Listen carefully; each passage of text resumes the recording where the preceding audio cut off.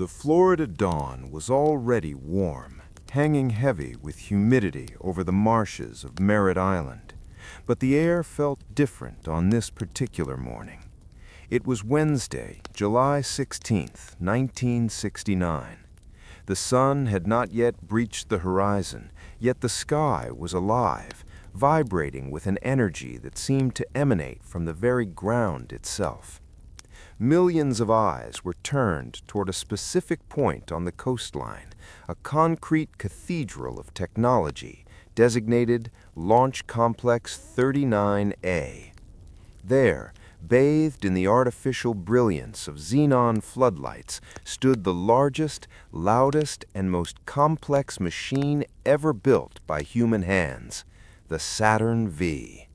It stood 363 feet tall, a towering obelisk of white metal against the dark pre-dawn sky. It was taller than the Statue of Liberty, heavier than a Navy destroyer, and filled with enough volatile fuel to level a small city. But in these quiet hours before the ignition, it was silent. It was a sleeping giant, breathing only in wisps of supercooled oxygen venting from its sides, drifting down the rocket's flanks like ghostly waterfalls. This was the vessel, and inside the crew quarters, miles away from the launch pad, 3 men were waking up to a day that would cleave history into 2 distinct eras: the time before we touched another world and the time after. Neil Armstrong, Edwin "Buzz" Aldrin, and Michael Collins were not sleeping soundly. How could they? The weight of the world, quite literally, rested on the success of their morning. At 4:15 a.m., Deke Slayton, the director of flight crew operations and a father figure to the astronauts, knocked on their doors. It was the gentle wake-up call that signaled the end of years of training and the beginning of the reality. There were no alarms, no loud noises, just the soft rap on the door and the realization that the simulations were over. They showered and shaved, performing the mundane rituals of a typical Wednesday morning with a sense of surreal detachment. In the dining room, the traditional pre-launch breakfast awaited them: steak and eggs, toast, juice, and coffee. It was a menu designed by doctors for high protein and low residue, ensuring their digestion would be stable during the long hours trapped inside their suits. But it was also a ritual, a warrior's meal eaten by every American astronaut since the Mercury program. The atmosphere at the table was quiet. They were surrounded by a few key support staff and the artist Paul Calais, who sat in the corner, sketching the scene with charcoal. The scratch of his pencil and the clinking of silverware were the only sounds interrupting the low hum of conversation. Armstrong, the commander, ate with a calm deliberation. He was a man of few words, an engineer at heart, who viewed this mission not as a poetic odyssey, but as a series of technical problems to be solved one by one. Aldrin, the brilliant orbital mechanic with a mind that worked like a slide rule, seemed focused inward. Collins, the jovial and easygoing pilot of the command module, tried to keep the mood light, but the gravity of the impending countdown was palpable. Once breakfast was finished, the sun began to hint at its arrival, painting the Florida sky in shades of bruised purple and orange. The trio moved to the suit-up room. This was where the transformation from men to machines truly began. Technicians, moving with the reverence of squires dressing knights for battle, helped them don the A7L pressure suits. These weren't just clothes, they were personal spacecrafts. Layer upon layer of neoprene, Kapton, and Teflon were secured. Biomedical sensors were taped to their chests to monitor their heartbeats, which would soon be broadcast to Mission Control in Houston. The process was slow and methodical. Zippers were closed, helmets were locked into place, and the sudden hiss of pure oxygen filled their ears as the systems were tested. For the first time that day, they were isolated from the world, encased in their own private atmospheres. They looked at each other through the clear polycarbonate bubbles of their helmets, bulky, white, marshmallow-like figures who now walked with a lumbering gait. At 6:27 a.m., they walked out of the Manned Spacecraft Operations Building. The moment the doors opened, they were hit by the humidity and the roar of the crowd. Not the public crowd, but the workers, the secretaries, the engineers, and the technicians who had gathered to see them off. They waved, their white-gloved hands acknowledging the people who had built the chariot they were about to ride. They climbed into the Astrovan, a modified transfer vehicle that looked like a delivery truck but felt like a holding cell. The drive to the launchpad was a journey through a landscape of anticipation. Along the causeways and beaches of the Space Coast, nearly 1 million people had gathered. They were camping in tents, sitting on the hoods of cars, pointing telescopes and binoculars toward the pad. The roads were gridlocked. The world had come to Cape Kennedy. In the distance, the Saturn V grew larger and larger, dominating the windshield of the Astrovan. As they arrived at the base of the launch tower, the sheer scale of the rocket was overwhelming. It was a skyscraper of power. The elevator ride up the mobile launcher took them 363 feet into the air, rising past the massive fuel tanks of the first stage, past the second stage, past the third, until they reached the White Room. This was the small, sterile chamber attached to the command module hatch. Gunther Wendt, the legendary pad leader, was there to greet them. Wendt was a stern, exacting German-American engineer who ruled the White Room with an iron fist. He demanded absolute perfection. No one touched the spacecraft without his permission. But today, there was a warmth beneath his strict demeanor. He knew, perhaps better than anyone, that once he closed that hatch, he could do nothing more to protect them. There was a moment of levity, a tradition. Armstrong gave Wendt a ticket for a space taxi ride, a small joke between friends. Then the business began. Armstrong entered first, sliding into the left-hand couch. The interior of the command module, named Columbia, was incredibly cramped. It was roughly the size of a station wagon's interior, packed with dials, switches, circuit breakers, and displays. Every inch of wall space was utilized. Armstrong strapped in, surrounded by the gray instrument panels that he had memorized by touch. Next came Michael Collins, taking the right-hand seat, and finally Buzz Aldrin in the center. The technicians worked efficiently, connecting the astronauts' suits to the ship's life support systems, tightening the 5-point harnesses, and checking the communication loops. Then the moment of separation came. The heavy hatch was swung shut, the locking mechanism engaged with a solid metallic thud. Then came the sound of the boost protective cover being sealed. The three men were now alone, cut off from the Earth, lying on their backs, staring up at the instrument panel. Outside, the world was holding its breath. The countdown clock, a giant digital display visible for miles, ticked down. T-2 hours. Inside the capsule, the astronauts settled in for the wait.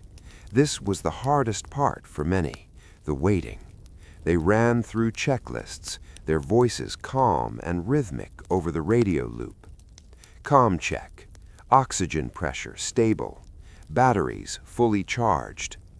They were lying on top of 6 million pounds of high explosives, but their heart rates remained impressively low. Armstrong's heart beat at a steady 110, calm for a man about to ride a firecracker. Through the small rendezvous windows, they could see nothing but the blue Florida sky, which was now fully awake.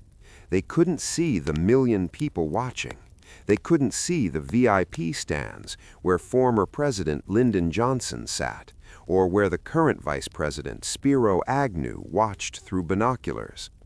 They couldn't see the CBS News anchor Walter Cronkite, who was broadcasting to millions of living rooms across America, his voice trembling slightly with the magnitude of the moment.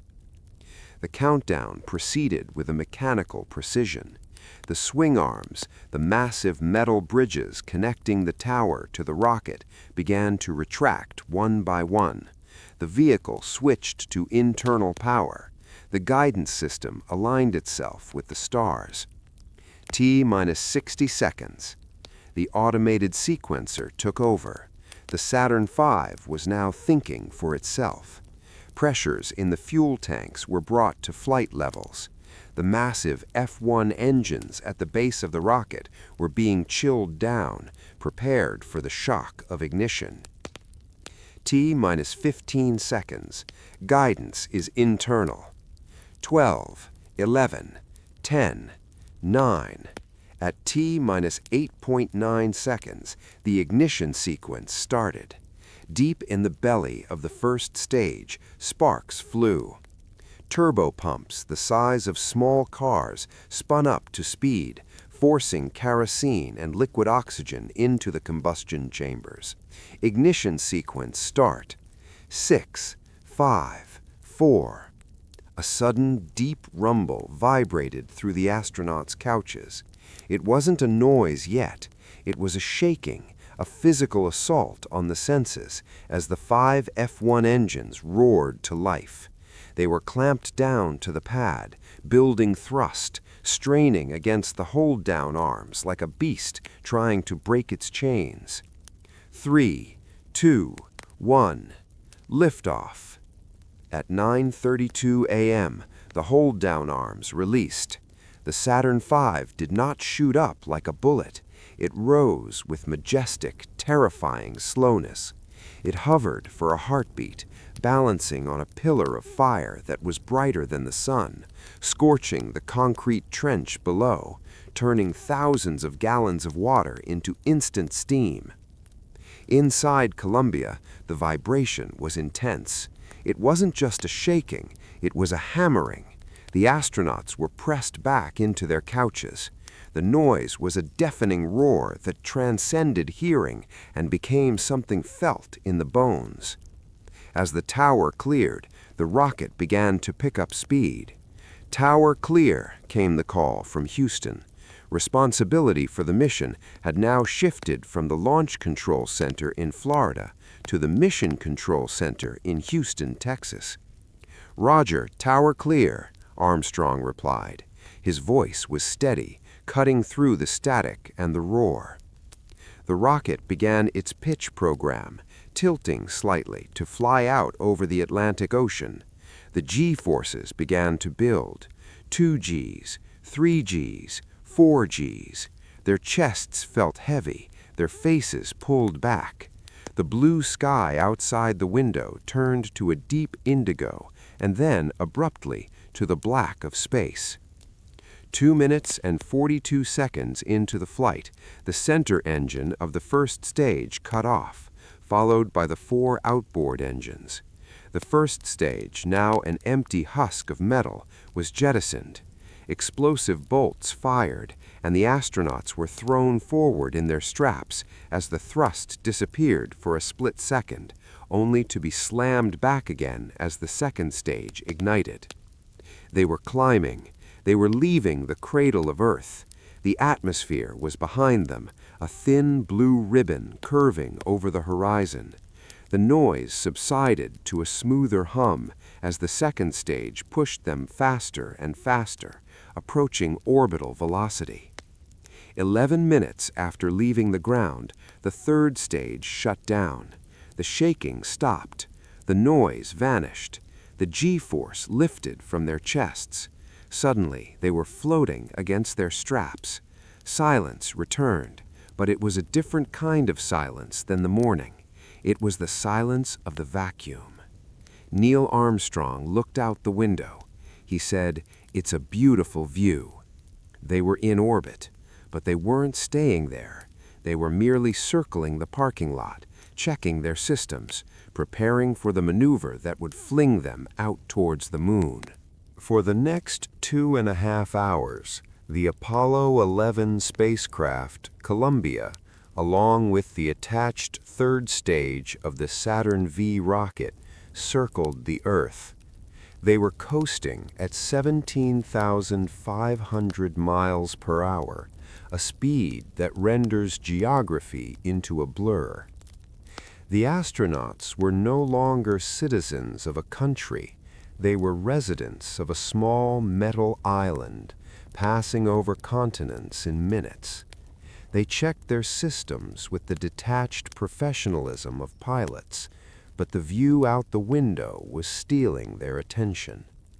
The Canary Islands drifted by, then the vast expanse of Africa, the Indian Ocean, and the Pacific. They were in a parking orbit, a temporary reprieve before the final push. In the Mission Control Center in Houston, the atmosphere was thick with cigarette smoke and nervous energy. The flight director, Cliff Charlesworth, polled his controllers. The decision had to be made, go or no go for TLI, translunar injection. This was the maneuver that would break the bonds of Earth's gravity. If the engine failed to light, the mission was over, and they would simply drift back down to the atmosphere. If it burned too long, they could be flung into a solar orbit, lost forever in the void. Apollo 11, Houston? The voice of the capsule communicator, Capcom, Bruce McCandless, crackled in their headsets. You are go for TLI. Inside the capsule, the crew prepared for the second major violence of the day. They were currently flying backwards relative to the ground, heads down. The single J2 engine of the S4V third stage, the massive cylinder they were still attached to, had to restart in the vacuum of space. At 2 hours and 44 minutes into the flight, over the dark waters of the Pacific, the engine woke up. The thrust was gentler than the launch, a steady push rather than a violent kick, but it was sustained. For 5 minutes and 48 seconds the engine burned, accelerating them from 17,000 miles per hour to nearly 25,000. The blue curve of the Earth began to flatten.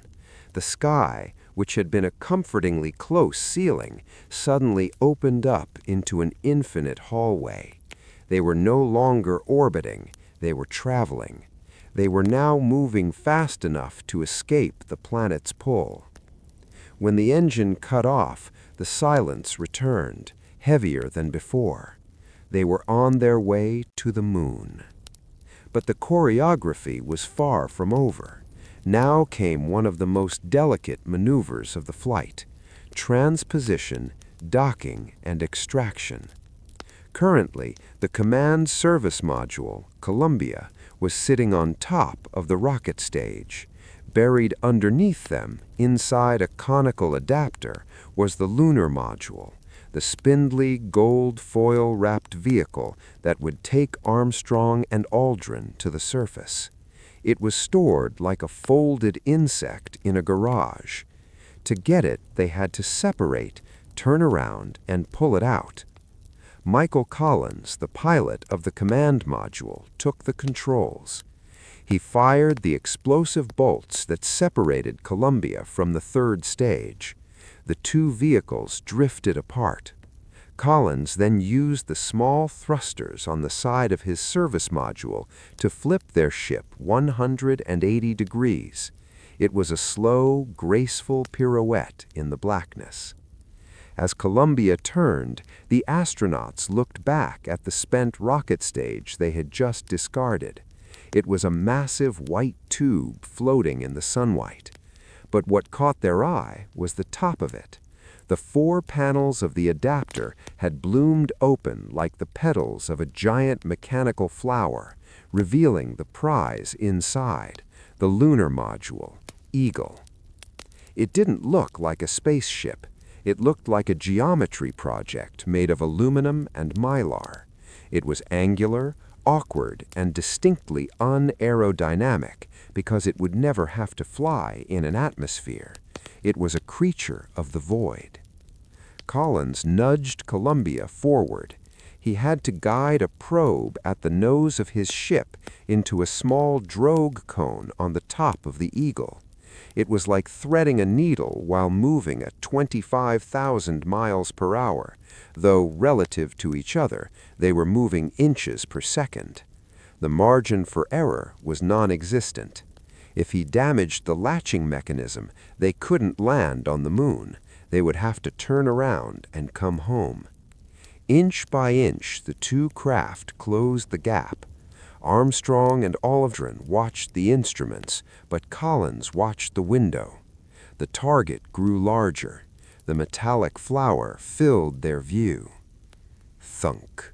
A solid ripple went through the ship. The capture latches snapped shut.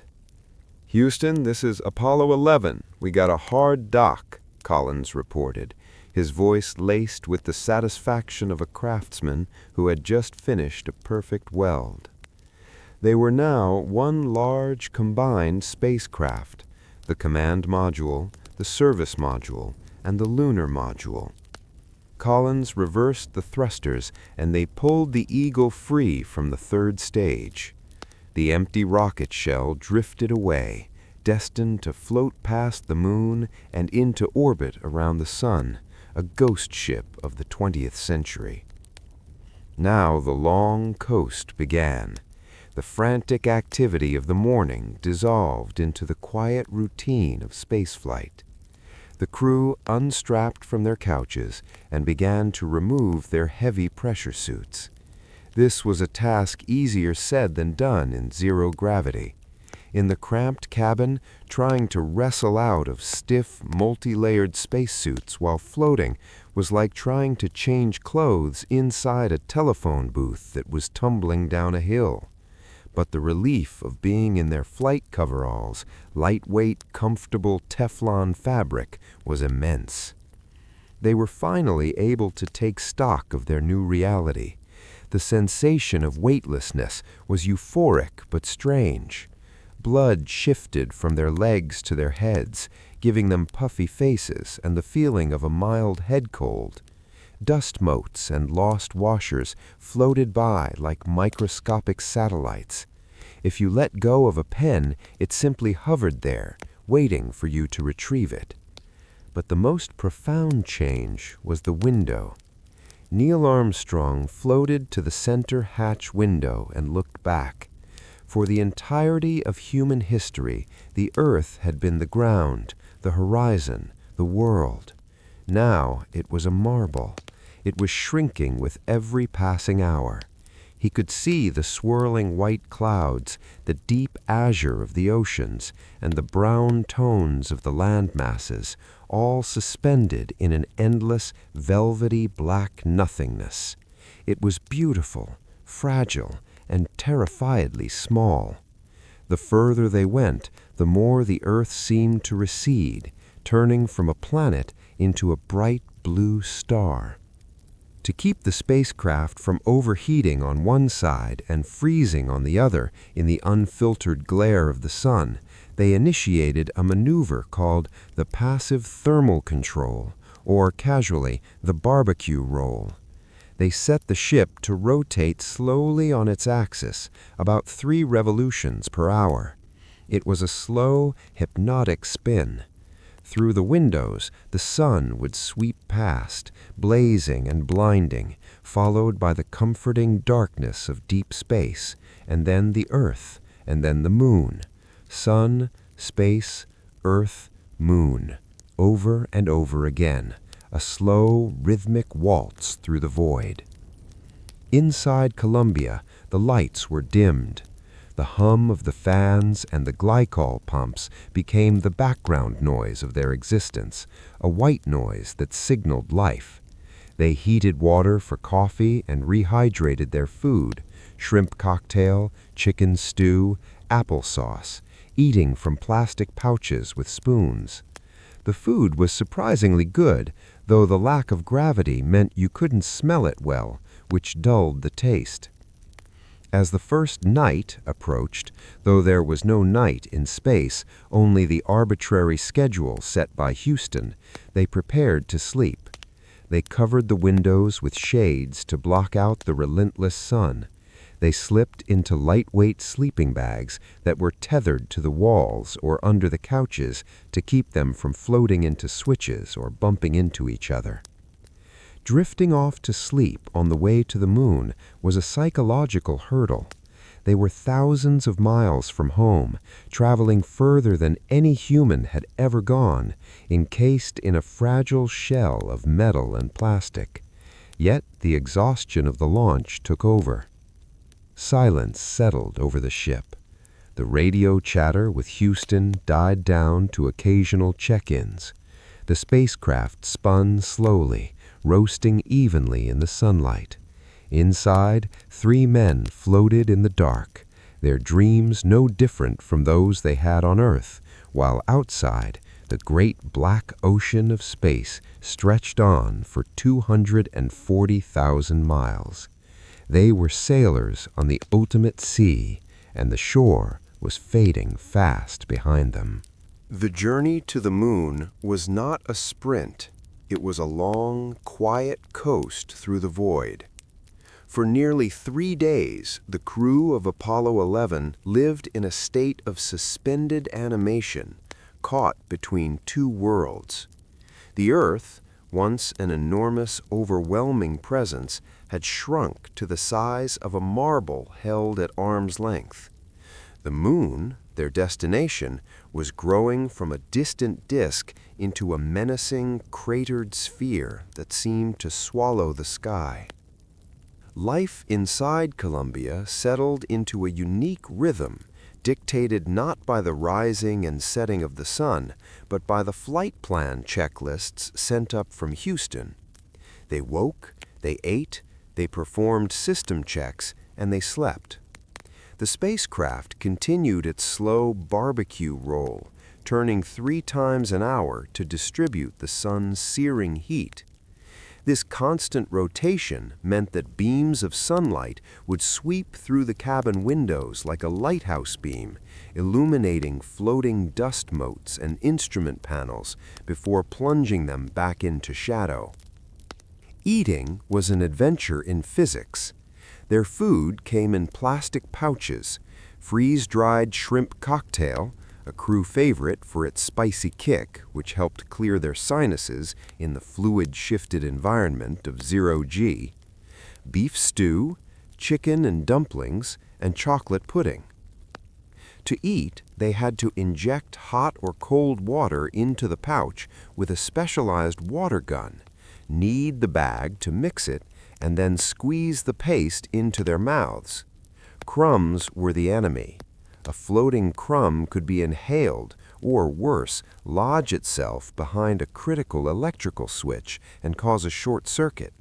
So they ate carefully, hunting down stray droplets of water with towels like orbital janitors. Hygiene was minimal. There were no showers in space. They used wet wipes and towels to clean themselves. Shaving was possible with standard razors and shaving cream, but it was messy, so they often skipped it until just before landing or a TV broadcast. The lack of gravity meant their faces puffed up as fluids that normally settled in the legs moved to the head, giving them a perpetually stuffed-up feeling, like a head cold that wouldn't go away. Despite the cramped quarters and the constant hum of fans and pumps, the mood was professional and surprisingly relaxed. They listened to music on cassette tapes, Dvorak's New World Symphony for Armstrong, country and western for Conrad, though he wasn't on this flight, the tapes were often shared, and popular hits like Spinning Wheel by Blood, Sweat and Tears. On July 17th and 18th, they conducted color television broadcasts, beaming images of their life in space back to a mesmerized planet. For the first time, people on Earth could see their home in color from thousands of miles away. Armstrong held the camera to the window, showing the world a view that only a handful of humans had ever seen. The Earth, a brilliant blue jewel floating in an infinite sea of black. "This is the view that is worth the price of the trip," Collins remarked during one broadcast, his voice tinged with awe. But as the hours ticked by, the levity began to fade. The moon was getting bigger, much bigger. By the third day, it ceased to look like a flat disk in the sky and began to reveal its true nature, a colossal, three-dimensional ball of rock. It looked hostile. It looked dead. It looked utterly indifferent to the three soft, biological creatures approaching it in their tin can. On Saturday, July 19, the spacecraft passed into the moon's shadow. For the first time in their lives, the sun was blocked not by the Earth or a cloud, but by the moon itself. The darkness was absolute. Outside the windows, the stars, usually washed out by the sun or the glare of the Earth, burned with a fierce, unblinking intensity. They were surrounded by the universe in a way no one on the surface of a planet could ever understand. Then came the moment of truth, lunar orbit insertion, or LOI. To enter the moon's orbit, they had to slow down. If they didn't, they would simply slingshot around the moon and be flung back toward Earth, or worse, into a useless orbit around the sun. To brake, they had to fire the massive Service Propulsion System, or SPS, engine on the back of the service module. But there was a catch. The laws of orbital mechanics dictated that this burn had to happen on the far side of the moon, the side that never faces Earth. This meant they would be completely cut off from mission control. No radio, no telemetry, no voice, just silence. "Apollo 11, this is Houston," said the voice of Capcom from Earth. "You are go for LOI."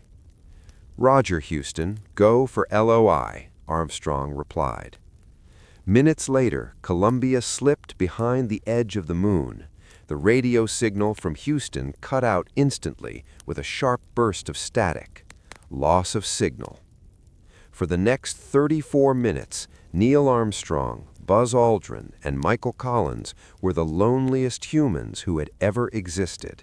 They were 240,000 miles from home, and now even the invisible tether of radio waves was severed. The three men checked their systems. The computer counted down.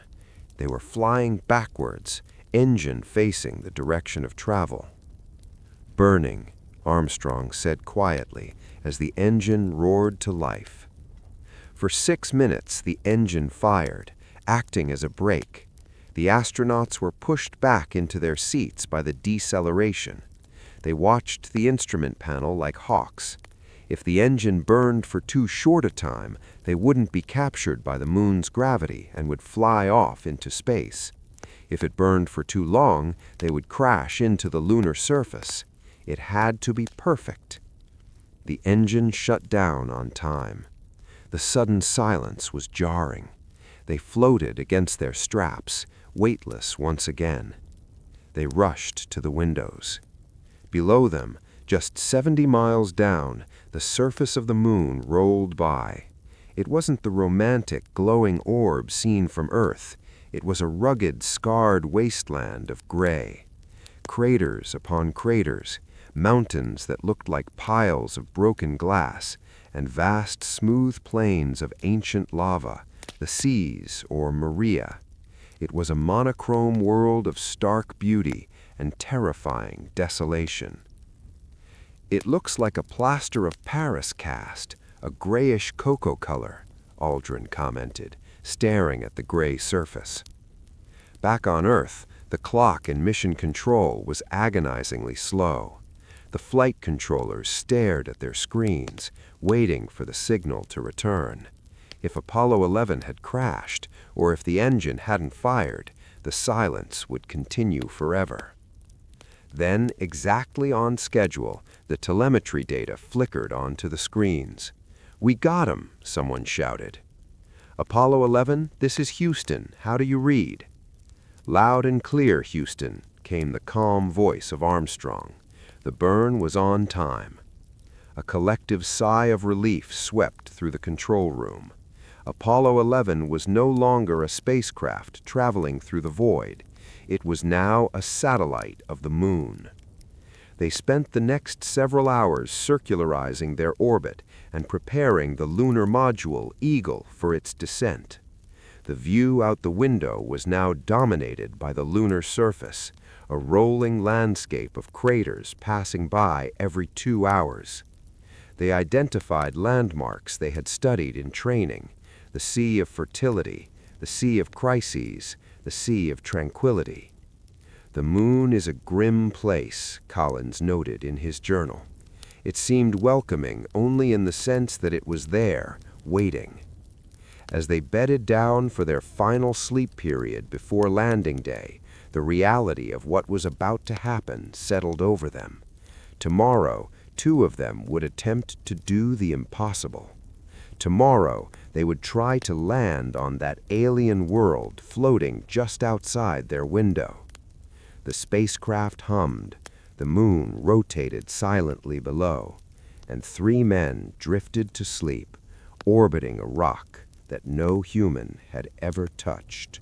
Sunday, July 20, 1969. The day began not with the sun rising, for the sun had been blazing relentlessly outside their windows for hours, but with a crackle of static from Houston. "Apollo 11, Apollo 11, good morning from the Black Team," radioed Ron Evans, the capsule communicator for the backup shift. Neil Armstrong, Buzz Aldrin, and Michael Collins woke to the grim, gray reality filling their portholes. They were orbiting the moon. The previous night's rest had been fitful at best. The anticipation was a physical weight in the cabin. Today was the day. Today, they would attempt to land. Breakfast was quick. Bacon squares, peaches, sugar cookie cubes, coffee, eaten with the distracted air of men about to walk into fire. After the meal, the separation of the crew began. Armstrong and Aldrin floated through the narrow tunnel connecting the command module Columbia to the lunar module Eagle.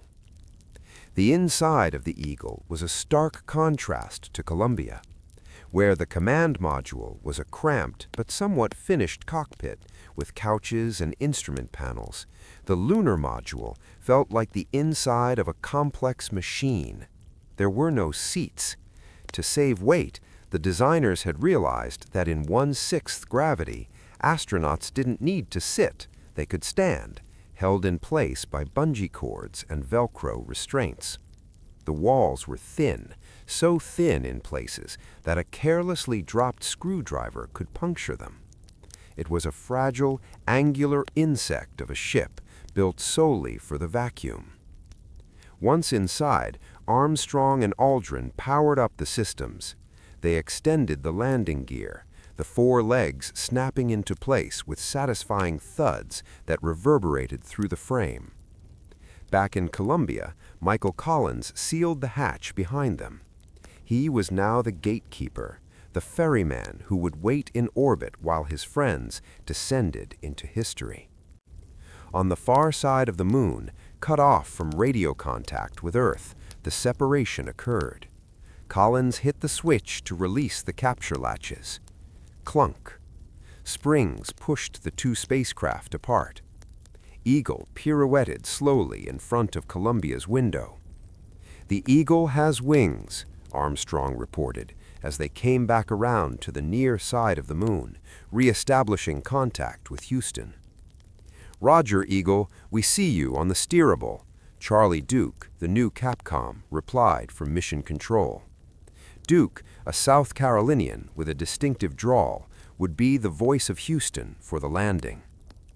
Now came the most dangerous part of the mission.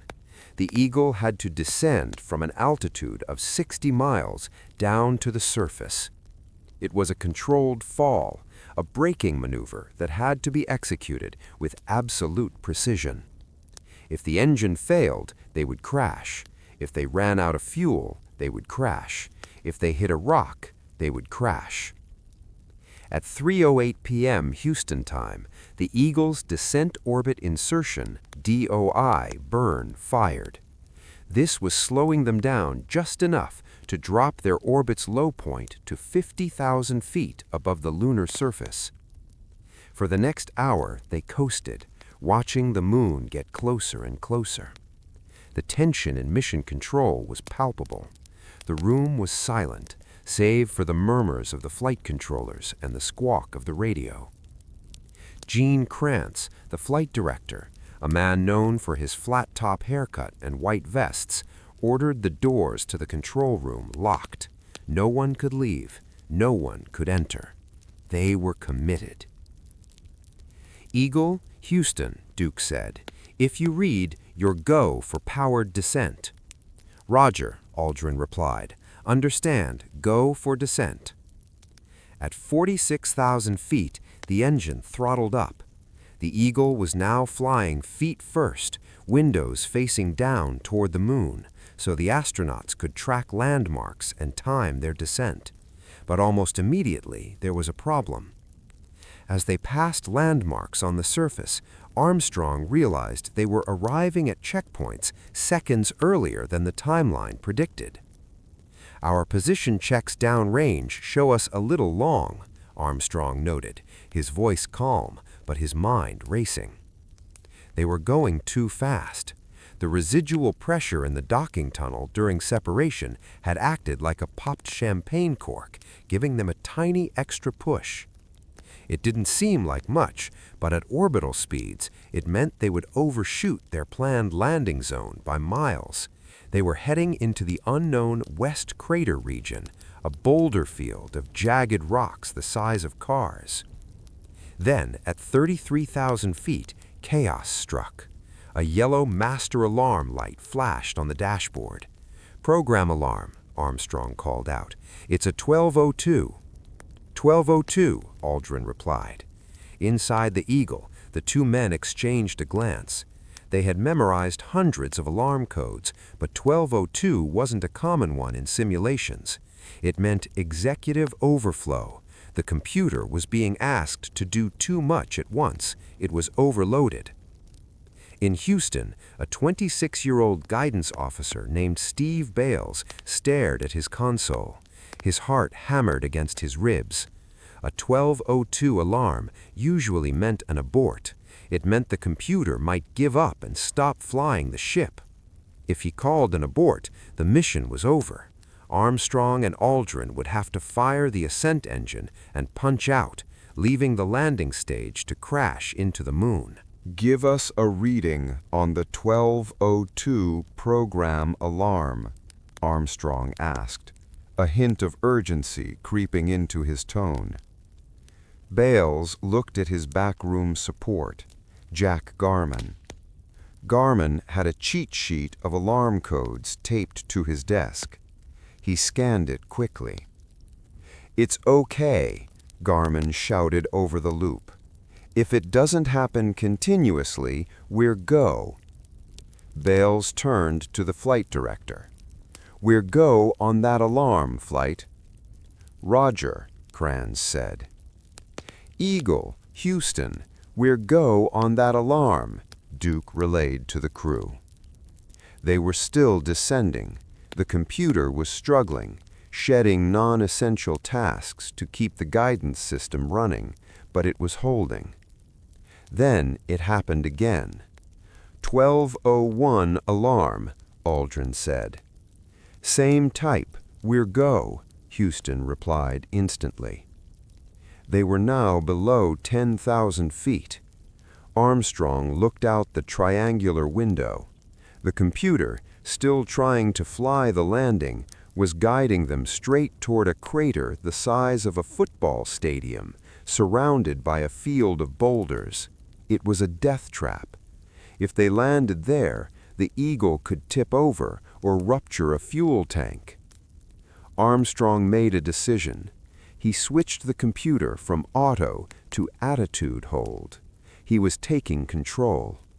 He couldn't steer the descent rate completely manually, but he could tilt the ship, extend the glide, and look for a parking spot. The Eagle pitched forward, standing upright. They were now skimming over the surface like a helicopter, hunting for a clear patch of ground.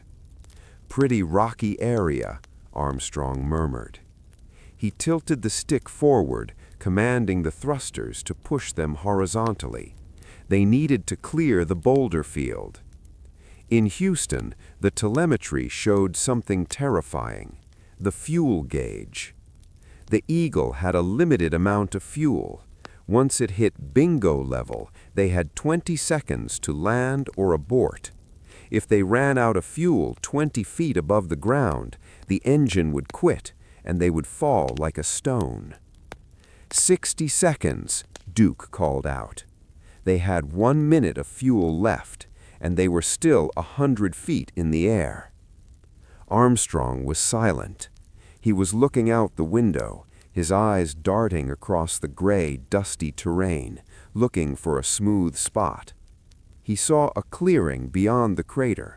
He banked the ship toward it.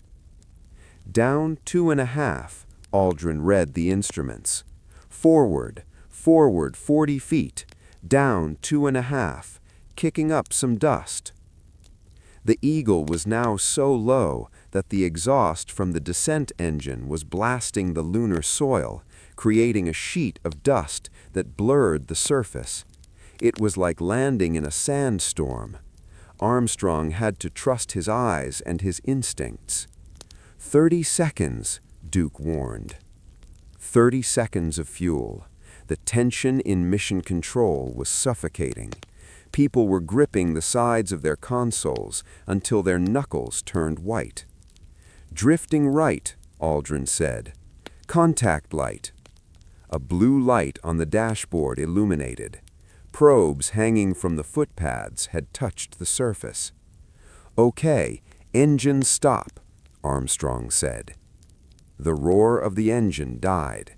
The Eagle dropped the last few feet and settled with a firm, jarring thud. The suspension legs compressed and held. Silence. Absolute, profound silence returned to the cabin. The dust outside began to settle in the vacuum. "ACA out of detent," Armstrong said, his voice incredibly calm, as he ran through the post-landing checklist. "Mode control, both auto.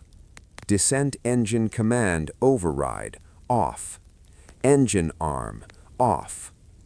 413 is in," Aldrin confirmed. Then Neil Armstrong pressed the push-to-talk button and spoke to the world. "Houston, Tranquility Base here. The Eagle has landed." "Roger, Tranquility," Charlie Duke replied from Houston, his voice trembling with a mixture of professional restraint and sheer, overwhelming relief. "We copy you on the ground. You got a bunch of guys about to turn blue. We're breathing again. Thanks a lot." It was a moment of levity that broke the tension of the century. In mission control, the cigar smoke thickened as celebratory stogies were lit, and the rows of flight controllers, usually the picture of stoic discipline, exchanged exuberant handshakes and slapped backs. The unbearable silence of the descent had been shattered. They were down. They were safe. But inside the Eagle, there was no champagne, no cheering, and no time to bask in the glory. Neil Armstrong and Buzz Aldrin were still pilots in a precarious machine. The instant they touched down, the mission clock reset. they immediately began the stay, no stay procedure. They had to verify that the lunar module hadn't been damaged during the landing. Was the ascent engine leaking? Were the fuel tanks stable? Was the ground beneath them settling or shifting? If anything was wrong, they would have to punch the abort stage button, fire the ascent engine, and blast back into orbit to rendezvous with Mike Collins before the Eagle became their coffin. T1, stay, Armstrong reported, his voice crisp. Roger, T1, stay, Duke confirmed. They had passed the first critical minute. Then came the T2 check, then T3. With each passing minute, the realization that they were actually going to stay began to sink in. They powered down the descent engine, venting the fuel lines to prevent an explosion from the heat of the nozzle. The ship groaned and settled, the metal contracting as it began to cool in the vacuum. Finally, the checklists were complete. The Eagle was asleep, safe and sound on the Sea of Tranquility. Armstrong and Aldrin unbuckled their harnesses and floated to the small triangular windows. For the first time, they could truly look at where they were. The view was unlike anything human eyes had ever seen. It was a world of stark, high-contrast violence. Because there is no atmosphere on the moon to scatter light, there are no soft shadows, no hazes, no gradual fading of colors. Everything was either brilliantly, blindingly illuminated by the sun or cast in a shadow of absolute ink-black darkness. The surface was a sea of gray, tan gray, charcoal gray, powdery gray. It was pockmarked with craters of every size, from tiny pits the size of a marble to vast bowls that could swallow a house. Rocks and boulders were scattered everywhere, some rounded by billions of years of micrometeoroid impacts, others jagged and sharp, as if broken yesterday. "We'll get to the details of what's around here," Armstrong radioed, describing the scene to the blind world back home. "But it looks like a collection of just about every variety of shape, angularity, granularity, and every variety of rock you could find." The horizon was wrong. On Earth, the horizon is far away and slightly curved. On the Moon, which is much smaller, the horizon felt incredibly close, as if you could walk to the edge of the world in a few minutes. And above that close, jagged horizon, the sky was a terrifying, bottomless black. Even though the sun was shining brightly, the sky remained starless and void-like. The flight plan called for a rest period. NASA, in its infinite optimism, had scheduled a 4-hour nap for Armstrong and Aldrin immediately after landing. They were supposed to eat dinner and sleep before attempting the EVA, extravehicular activity. But the adrenaline was coursing through their veins like rocket fuel. How could anyone sleep? They were two men in a tin can sitting on an alien world. The silence outside was absolute. There was no wind, no rustle of leaves, no distant traffic, just the eternal stillness of a dead world. "Houston," Armstrong said, "our recommendation is that we begin the EVA prep immediately." Houston agreed. It was like telling children on Christmas morning to go back to sleep. It simply wasn't going to happen. Before the chaos of suiting up began, Buzz Aldrin asked for a moment of silence. He was an elder in the Presbyterian Church, and he had brought something special in his personal preference kit: a small plastic container of wine, a tiny silver chalice, and a wafer of bread. He poured the wine into the chalice. In the 1/6 gravity, the red liquid didn't splash. It curled slowly and gracefully up the side of the cup, forming a heavy, sluggish meniscus. It looked like syrup. "I would like to request a few moments of silence," Aldrin radioed, though he didn't explain what he was doing. He wanted to mark this moment. He ate the wafer and drank the wine.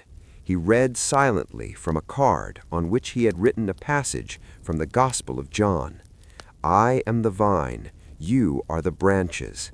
He who remains in me, and I in him, he it is that bears much fruit." It was a profound, private ceremony.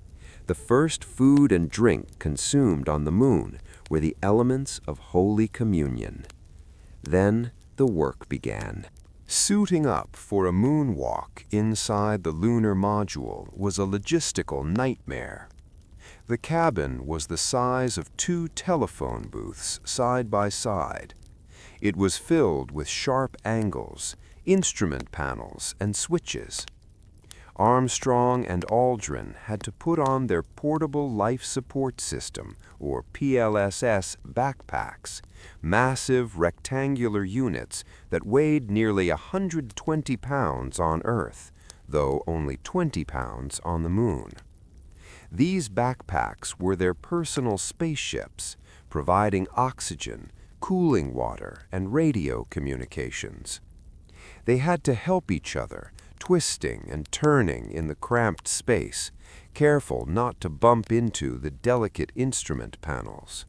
They connected hoses, locked helmets into place, and pulled on the moon boots, heavy rubber overshoes designed to protect their pressure suits from the jagged lunar rocks. Once suited, they looked like bulky white Michelin men. Moving was difficult. Bending over was nearly impossible. They were pressurized balloons. "Cabin pressure is holding," Armstrong confirmed.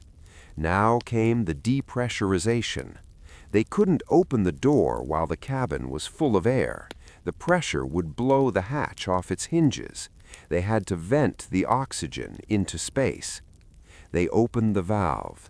The air rushed out with a hiss that grew quieter and quieter as the atmosphere thinned. 0.5 psi, Aldrin read the gauge. Eventually, the gauge hit 0. The cabin was now a vacuum, just like the outside. "Hatch opening," Armstrong announced. He reached for the handle of the square forward hatch.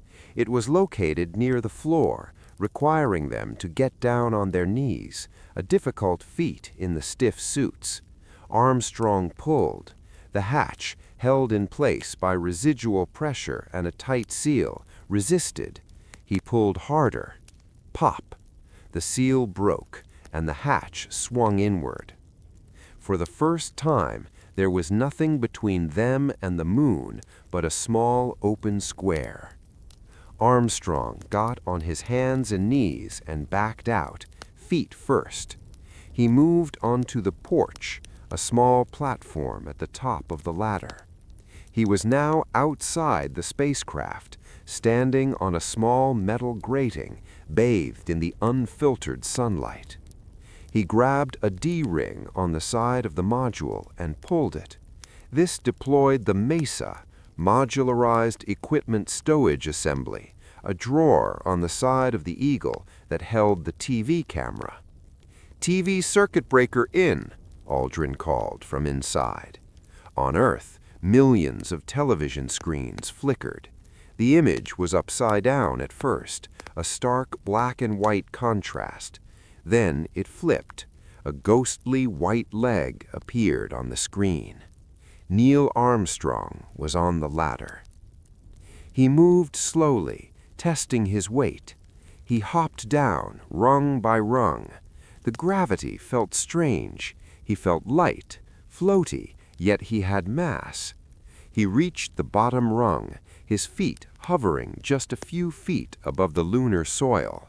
He stood in the landing pad, a saucer-shaped foot at the base of the leg. He paused. He looked at the gray dust just inches below his boots. He looked out at the horizon. He thought about what he was about to say. "I'm at the foot of the ladder." His voice crackled across 240,000 miles of emptiness to a planet that had stopped breathing. The LM footpads are only depressed in the surface about 1 or 2 inches, although the surface appears to be very, very fine-grained as you get close to it. It's almost like a powder. He took a breath. I'm going to step off the LM now. At 10:56 p.m. Eastern Daylight Time on July 20, 1969, a human foot, encased in a thick, blue-soled lunar overshoe, hovered over the alien dust. Neil Armstrong held on to the ladder with his right hand, testing the surface with his left boot. He found it solid. It didn't crumble away into a bottomless pit of quicksand, as some scientists had feared. It held his weight. He shifted his body, letting go of the ladder with one hand, then the other. He stood in the bowl-shaped footpad of the lunar module Eagle. He was now standing on another world, separated from it by only a few inches of metal and rubber. He paused. The world held its breath. In living rooms from New York to Tokyo, families huddled around flickering television sets, watching a ghostly black and white figure move against a stark background. Armstrong spoke.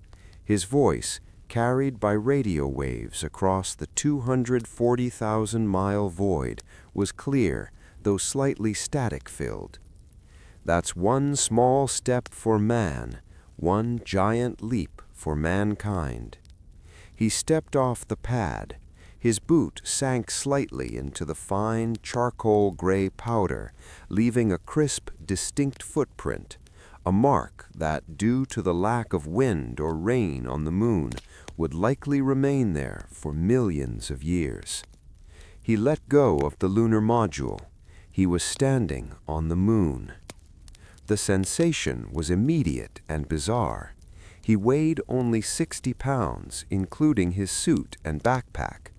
He felt buoyant, like a cork bobbing in water. He took a few tentative steps, testing his balance. He didn't walk, he floated.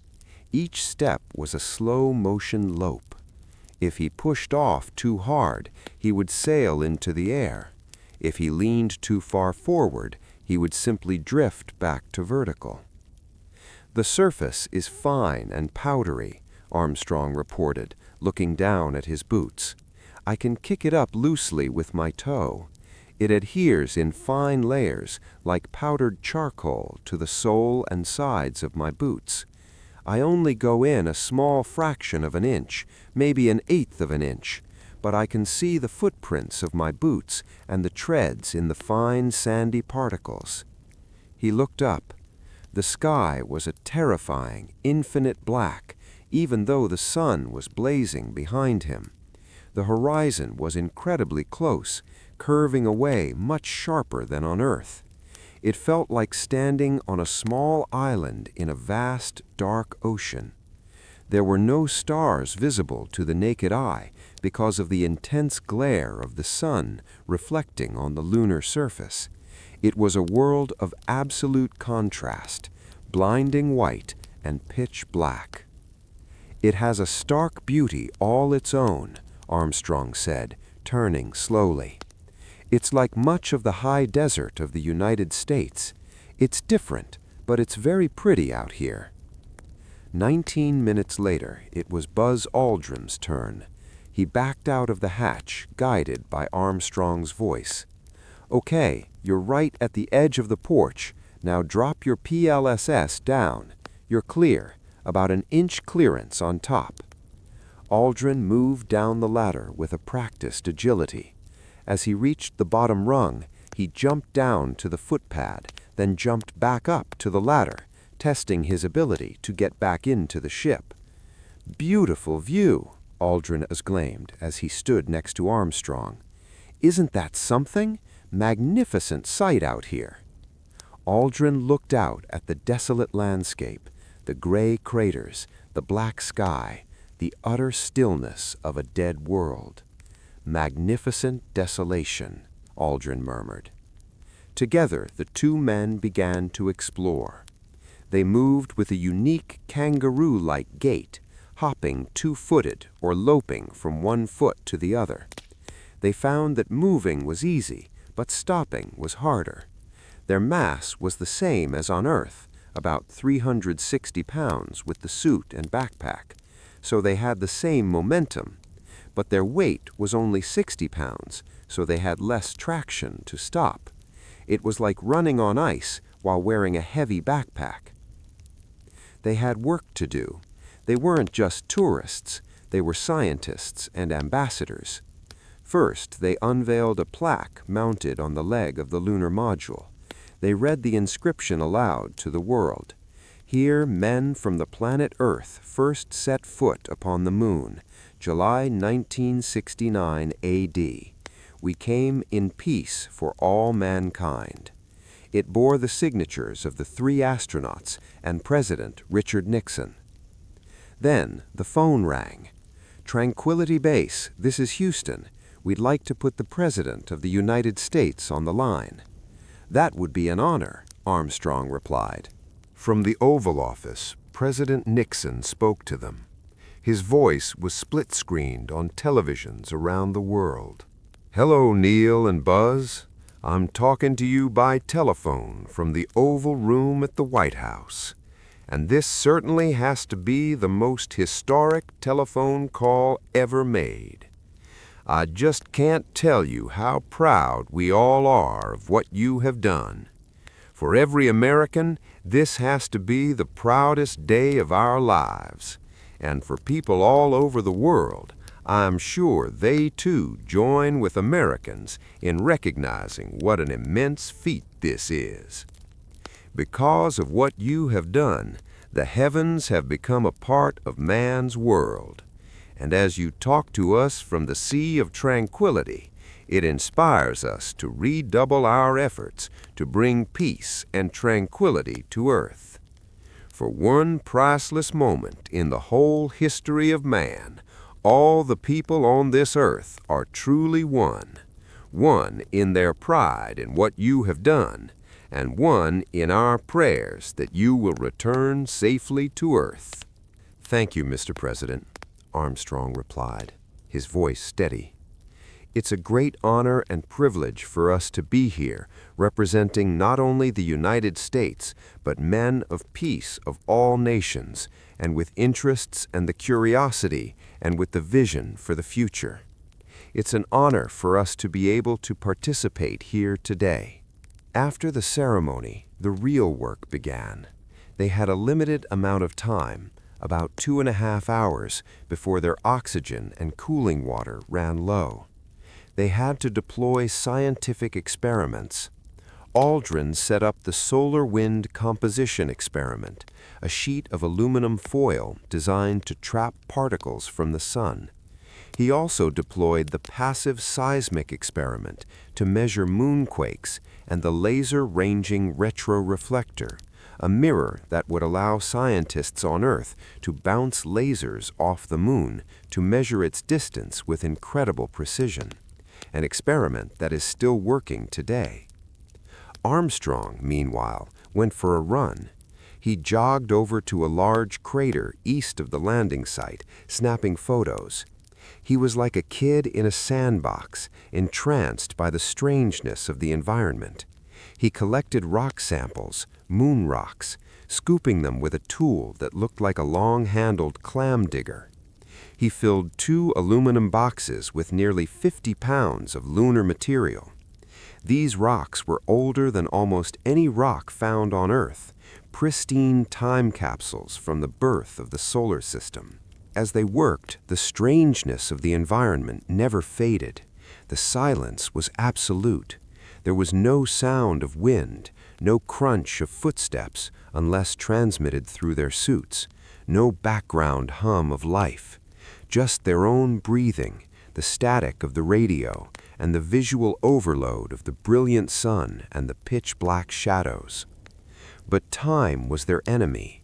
The consumables in their backpacks were ticking down. Houston was watching the telemetry closely. "Buzz, this is Houston. You have approximately 10 minutes left before you have to start closing up shop," the Canlis warned.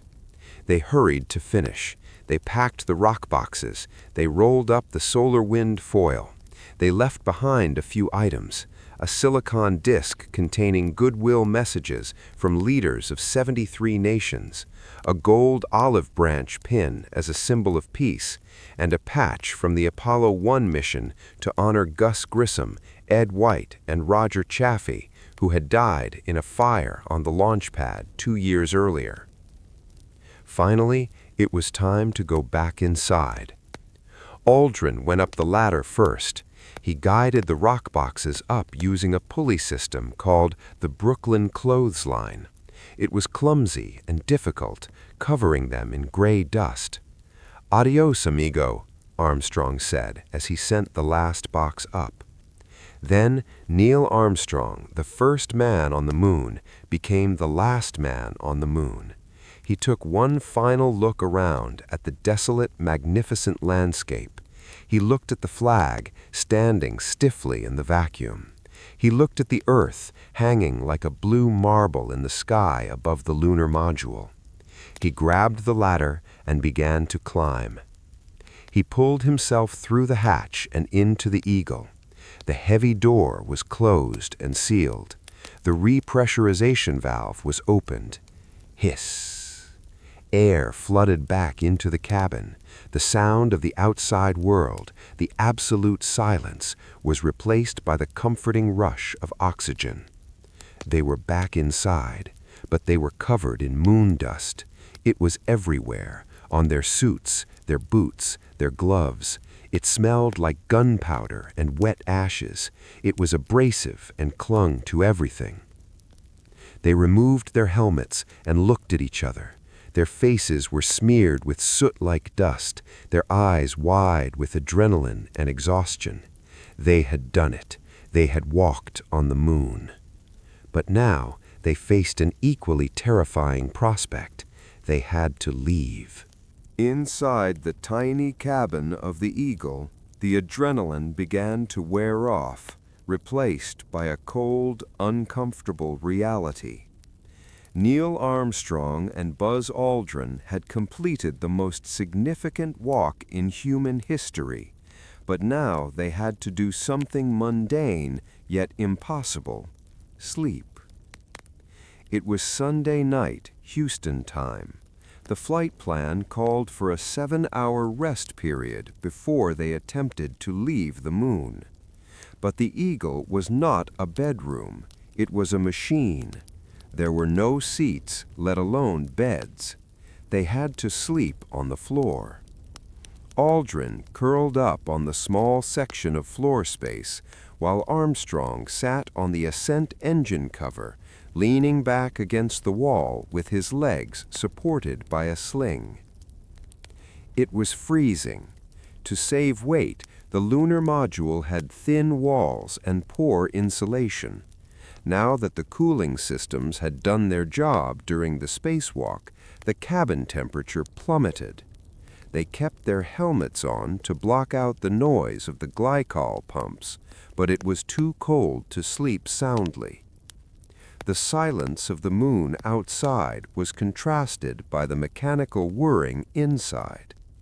Through the window, Armstrong could see the Earth, bright and wakeful, while he tried to rest in the cramped gray twilight of the ship. Fitful dozing gave way to activity.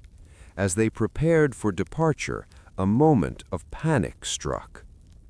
While moving around in their bulky suits, one of them had accidentally snapped off the head of a circuit breaker switch.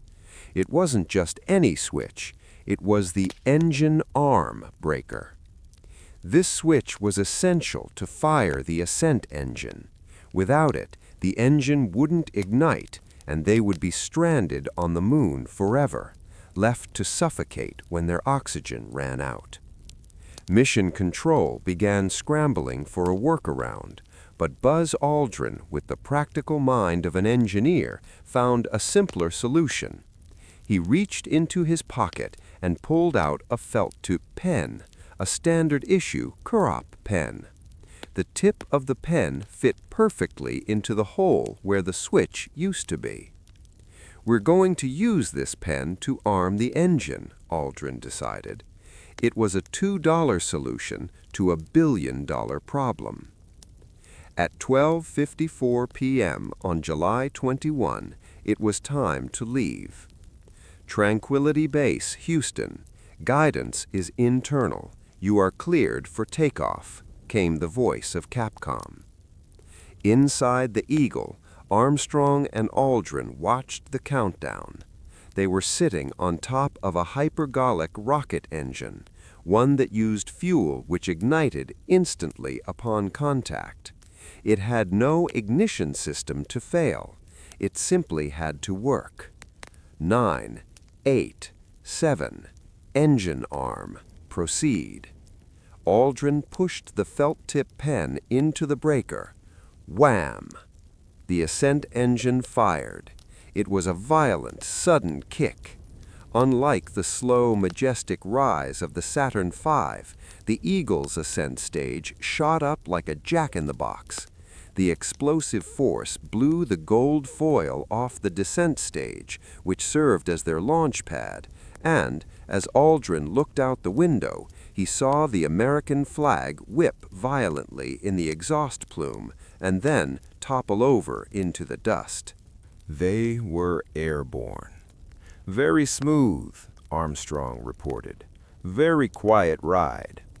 They were no longer explorers on the ground. They were pilots again.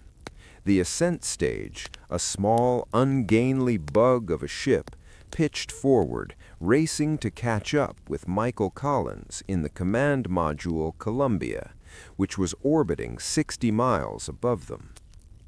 For Michael Collins, the reunion was the moment he had been praying for. For 24 hours, he had been the loneliest man in history, circling the moon alone, cut off from humanity every time he passed behind the dark side. He had prepared himself for the possibility that he might have to return to Earth alone if the Eagle's engine failed. He kept a small notebook with 18 different contingency plans for rescuing them, but he knew that if they couldn't get off the surface, there was nothing he could do. But now he saw a twinkle of light against the gray craters below. It was the Eagle. "I got you on the radar," Collins said, his voice light with relief. The docking maneuver was a delicate dance. Two spacecraft traveling at thousands of miles per hour had to meet and link up perfectly. Armstrong, flying the Eagle, and Collins, flying Columbia, moved with the precision of a ballet. As the Eagle approached, it looked ragged. It was covered in black soot from the engine firing and gray lunar dust. It looked like a chariot that had been through a war. "Eagle, you're looking good," Collins said. "I'm all yours, Mike," Armstrong replied. Clunk. The latches snapped shut. The tunnel was cleared. The hatch was opened. When Armstrong and Aldrin floated through the tunnel and into Columbia, the smell hit them instantly. It was the smell of the moon, that pungent gunpowder-like scent of the lunar dust clinging to their suits. Collins wanted to hug them, but he held back, perhaps conscious of the dust or just the professionalism of the moment. Instead, he simply looked at them. They looked exhausted, their faces covered in stubble, their eyes rimmed with red, but they were safe. History, Collins thought, has been made. They transferred the precious cargo, the 2 aluminum boxes of moon rocks, the film canisters, and the foil from the solar wind experiment. Then they sealed the hatch to the Eagle for the last time. The lunar module had done its job. It had taken them to the surface and brought them back, but they couldn't take it home. It had no heat shield. With a heavy heart, they jettisoned the Eagle. The faithful ship drifted away, eventually crashing back onto the lunar surface months later, adding one final crater to the world it had briefly conquered. Now only Columbia remained. "Apollo 11, this is Houston," Charlie Duke radioed. "You are go for TEI." Trans-Earth ejection, the burn to go home. On the far side of the moon, isolated from Earth one last time, the Service Propulsion System engine roared to life. It burned for 2.5 minutes, adding the velocity needed to break out of lunar orbit. As they rounded the moon for the final time, the Earth rose over the horizon, a welcoming blue beacon in the black sky. Armstrong looked at the moon receding in the window. It was no longer a destination, it was a memory. They were leaving the Sea of Tranquility behind, but they were taking the story with them. "Houston," Armstrong said, his voice relaxed for the first time in days, "we are burning for home." The journey back to Earth was quieter, more reflective, and distinctly less tense than the outbound trip. The adrenaline that had sharpened their senses for days began to fade, replaced by a profound, bone-deep fatigue. They had done it. They had walked on the moon. They had collected the rocks. They had planted the flag. And most importantly, they had escaped the gravity well of that desolate world. Now they were just 3 sailors on a long voyage home, coasting through the black ocean of space. For the next 2.5 days, life aboard Columbia settled into a comfortable routine. The spacecraft, now significantly lighter without the lunar module and with much of its fuel spent, felt spacious compared to the cramped confines of the Eagle. They were traveling at over 25,000 miles per hour, but inside the capsule there was no sensation of speed, only floating. They spent hours simply looking out the windows. The moon, which had dominated their view for days as a menacing, cratered giant, was now shrinking rapidly behind them. It returned to being a celestial object, a distant silver coin in the sky. Ahead, the Earth grew larger, transforming from a marble to a baseball and then to a basketball. It was a beacon of color in a monochromatic universe, swirls of white clouds, deep blues of the oceans, and browns of the continents. It looked fragile. It looked alive. "The Earth is the only thing in the universe that has any color," Collins remarked during a quiet moment. "Everything else is black and white." They spent time cleaning up the spacecraft. The command module was filled with the debris of a week in space, food wrappers, checklists, towels, and the pervasive lunar dust. The dust was a nuisance. It had a distinct, pungent smell that lingered in the cabin, like wet ashes or gunpowder. It irritated their eyes and sinuses. Armstrong and Aldrin found gray smudges on their skin and under their fingernails that seemed impossible to scrub away. They were literally bringing a piece of the moon home with them, embedded in their very pores. They also conducted a final television broadcast. This time, the mood was different. On the way out, they had been businesslike, focused on the mission. Now they allowed themselves a moment of philosophical reflection. Armstrong, holding the microphone, spoke first. "The responsibility for this flight lies first with history and with the giants of science who have preceded this effort. Next, with the American people, who have, through their will, indicated their desire. Next, with 4 administrations and their Congresses for implementing that will. And then with the agency and industry teams that built our spacecraft, the Saturn, the Columbia, the Eagle, and the little EMU, the spacesuit and backpack that was our small spacecraft out on the lunar surface." Aldrin, quoting from the Psalms, added, "When I consider thy heavens, the work of thy fingers, the moon and the stars which thou hast ordained.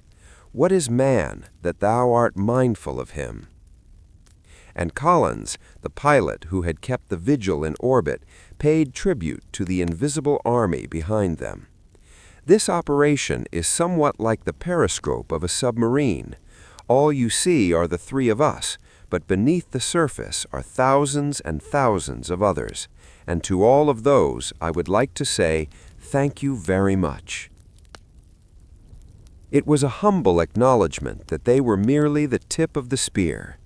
The Apollo program had employed over 400,000 people: engineers, seamstresses, welders, mathematicians, secretaries.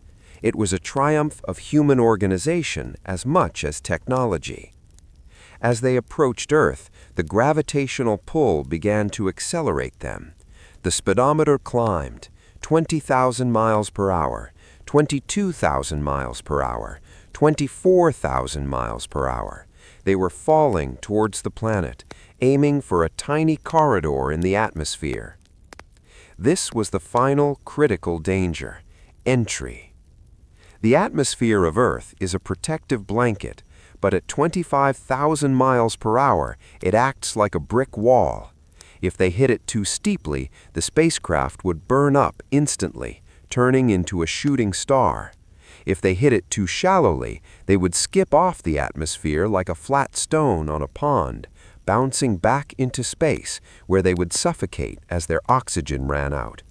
The entry corridor was only 40 miles wide, a thread to thread from 240,000 miles away. On the morning of July 24, 1969, preparations for re-entry began. They stowed everything loose.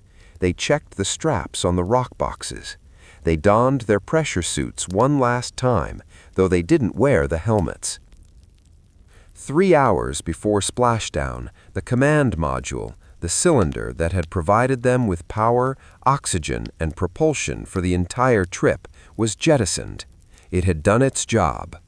Collins fired the separation bolts, and the service module drifted away, destined to burn up in the atmosphere. Now, only the command module, Columbia, remained. It was a conical pod, barely bigger than a large van, with a heat shield on its base made of an ablative material designed to melt and char, carrying the heat away from the spacecraft. "Apollo 11, Houston," came the voice of Capcom. "You are go for re-entry." "Roger, Houston, go for re-entry," Armstrong replied. They turned the spacecraft so the heat shield faced forward into the wind. At 400,000 feet, they hit the atmosphere. It started as a gentle deceleration, a tug on their straps. Then it became a crushing weight. The G-forces built rapidly. 2 Gs, 3 Gs, 4 Gs, 6 Gs. Their chests were pressed down, their faces pulled back. It was hard to breathe.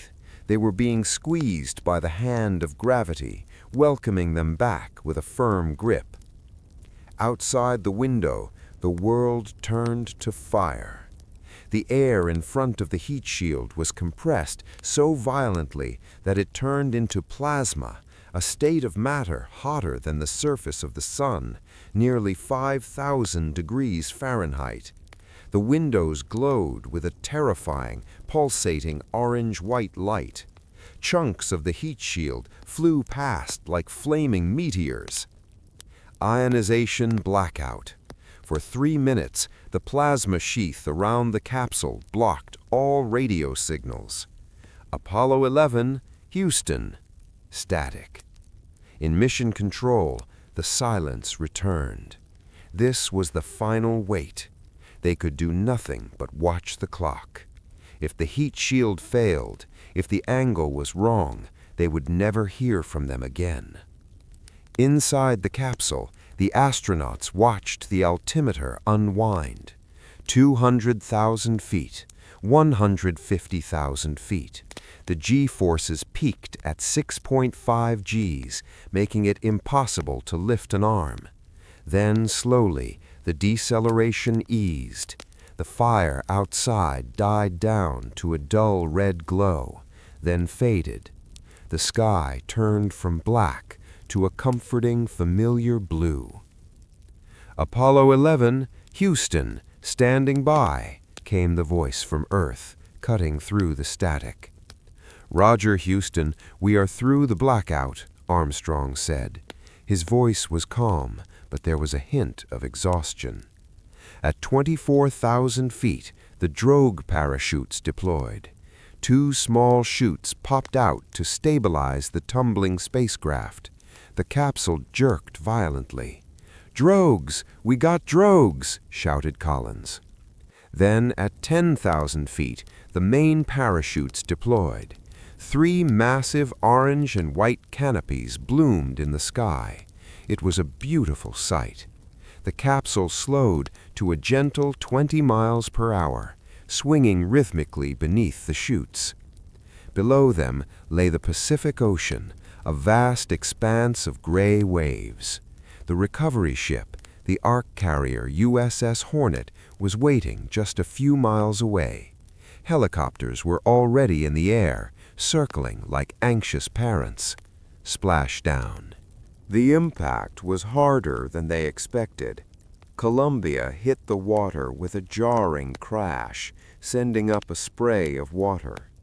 The capsule tipped over, leaving the astronauts hanging upside down in their straps, staring at the instrument panel, which was now the floor. "Stable 2, Armstrong reported. The capsule was upside down. Without panic, Collins hit the switch to inflate the righting spheres, large balloons on the nose of the capsule. Slowly, groaning and creaking, the ship righted itself, bobbing in the swell. They were home. The hatch didn't open immediately. Navy frogmen, divers, jumped from the helicopters and swam to the capsule. They attached a flotation collar to keep it stable. Then one diver opened the hatch, not to let them out, but to throw in 3 biological isolation garments, Bigs. NASA was taking no chances. They didn't know if the moon harbored deadly bacteria or moon plague. The astronauts had to put on these rubber suits inside the capsule before they could come out. Once suited up, looking like green rubber aliens themselves, the hatch was fully opened. The fresh, salty air of the Pacific rushed in. It smelled of the ocean, of wet metal, of life. They climbed out into the life raft. Neil Armstrong, the first man to walk on the moon, waved to the recovery team. Buzz Aldrin and Michael Collins followed. They were hoisted up into the helicopter, one by one. As the helicopter flew them toward the USS Hornet, they looked down at the ocean. It was teeming with life, fish, birds, sailors. After the stark, dead gray of the moon, the vibrancy of Earth was overwhelming. On the deck of the Hornet, President Nixon was waiting. The band played Columbia, the Gem of the Ocean. Thousands of sailors cheered. But the astronauts couldn't shake hands. They were immediately ushered into the Mobile Quarantine Facility, MQF, a modified Airstream trailer. They walked to the window of the trailer and looked out. Nixon stood on the other side of the glass, smiling. "Neil, Buzz, Mike," Nixon said through a microphone, "I want you to know that I think I'm the luckiest man in the world, and I say this not only as an astronaut, but on behalf of all the people of the world. We are just so incredibly proud of you." Inside the trailer, the 3 men smiled back.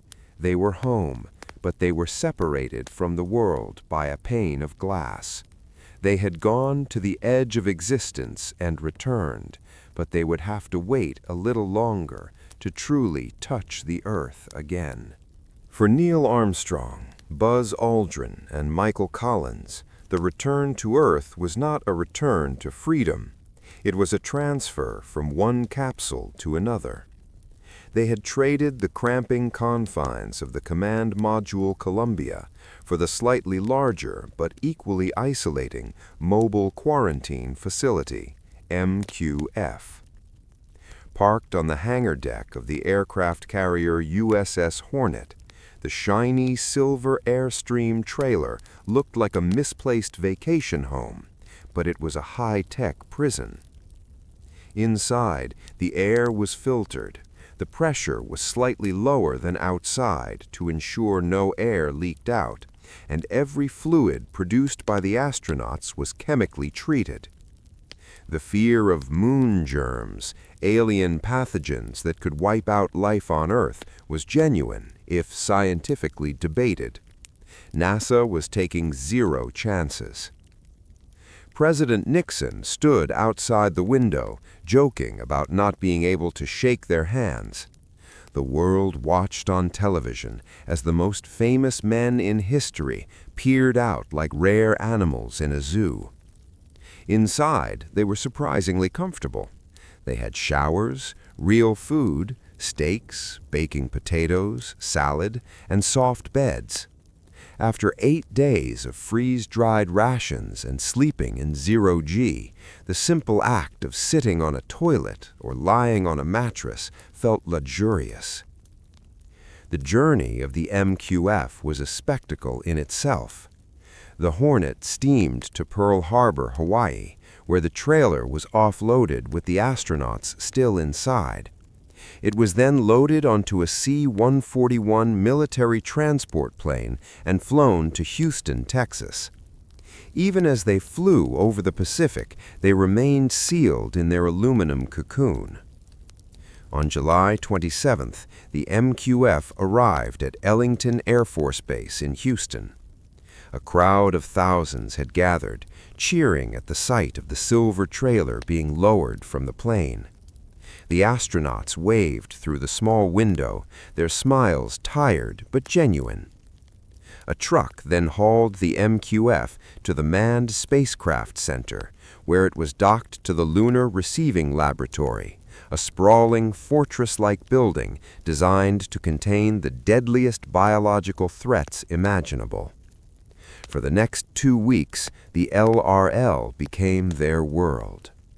Life in quarantine was a strange mix of high science and utter boredom. They were joined by a few brave doctors and a cook who had volunteered to be locked in with them. Their days were filled with extensive debriefings. Scientists and engineers grilled them on every detail of the mission: the texture of the soil, the color of the rocks, the performance of the engine, the exact sequence of switches. They recounted the landing, the alarms, the feeling of walking in 1/6 gravity until their memories were wrung dry. But mostly, they waited.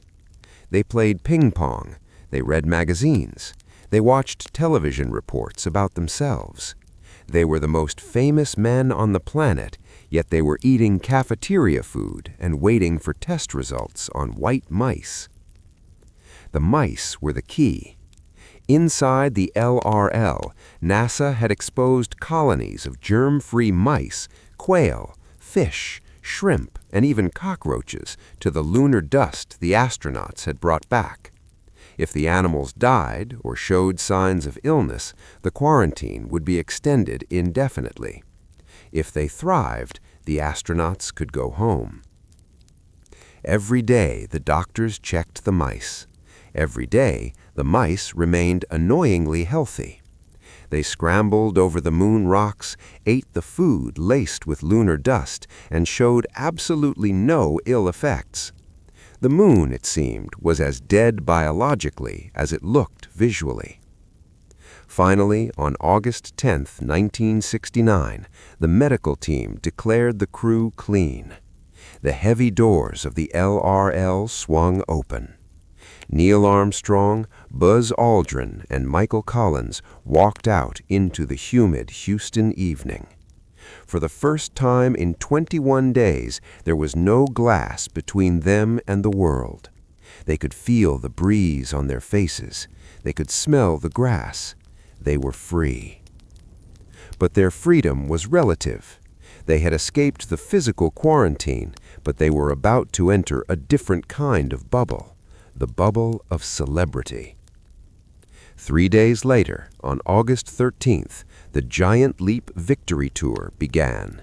It started in New York City. New York had thrown parades for Lindbergh, for returning generals, for kings and queens, but nothing compared to this. It was the largest ticker-tape parade in the city's history. 4 million people lined the Canyon of Heroes in Lower Manhattan.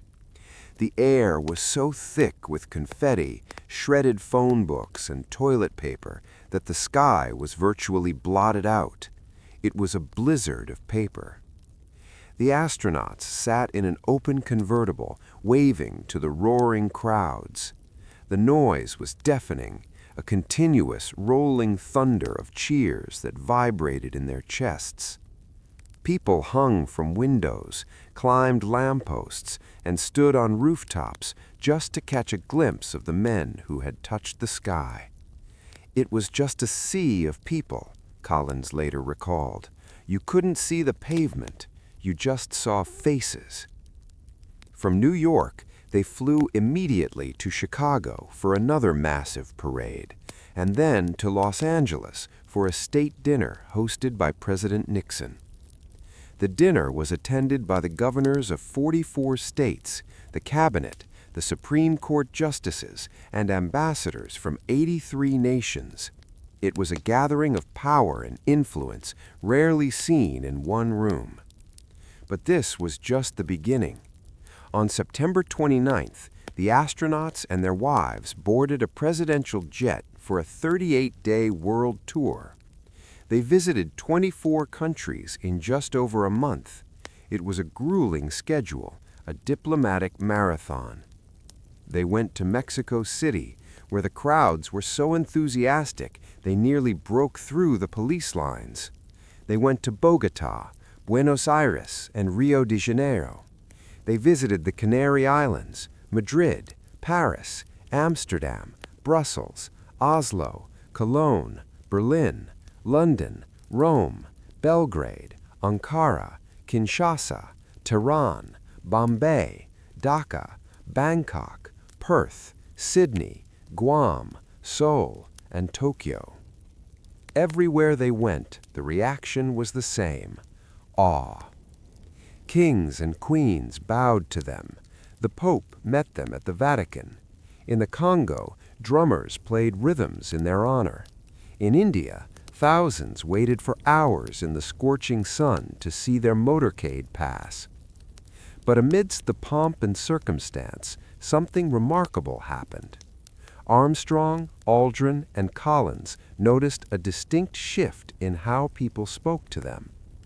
Usually, when Americans achieved something great, the world said, "You Americans did it." But this was different. In every language, in every city, the message was the same: we did it. We, humanity. A taxi driver in Cairo told them, "We made it to the moon." A school teacher in Tokyo said, "We are exploring the stars." The Apollo 11 mission had transcended national borders. For a brief, shining moment, the Cold War, the wars in Vietnam and Biafra, the racial tensions in the U.S., all of it seemed to fade into the background. The image of the blue marble Earth, fragile and borderless, had united the species. The astronauts, exhausted and jet-lagged, did their best to be ambassadors. Armstrong, ever the reluctant hero, gave short, humble speeches, always deflecting credit to the 400,000 people who built the rockets. Aldrin, struggling with the sudden lack of structure, tried to explain the technical marvels.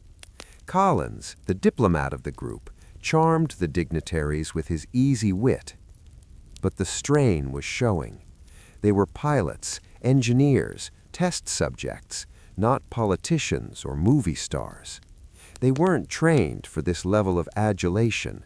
They were used to checklists and mission rules, not state dinners and press conferences where every word was analyzed. One night, in a hotel room in a foreign capital, Collins looked at his schedule. Another reception, another speech, another hand to shake. He realized that the hardest part of the mission wasn't the launch or the landing or the re-entry. It was this, the aftermath. They had gone to the moon to explore the unknown, but they had returned to an Earth that wanted to own a piece of them. They were no longer just men, they were symbols. They were the avatars of human potential. And as the world tour wound down and they returned to the United States in November 1969, the question that had been lurking in the back of their minds began to surface. What do you do after you walk on the moon?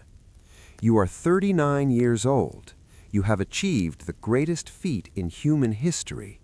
Every door is open to you, but no challenge will ever match the one you just completed. How do you go back to buying milk, mowing the lawn, or sitting in traffic?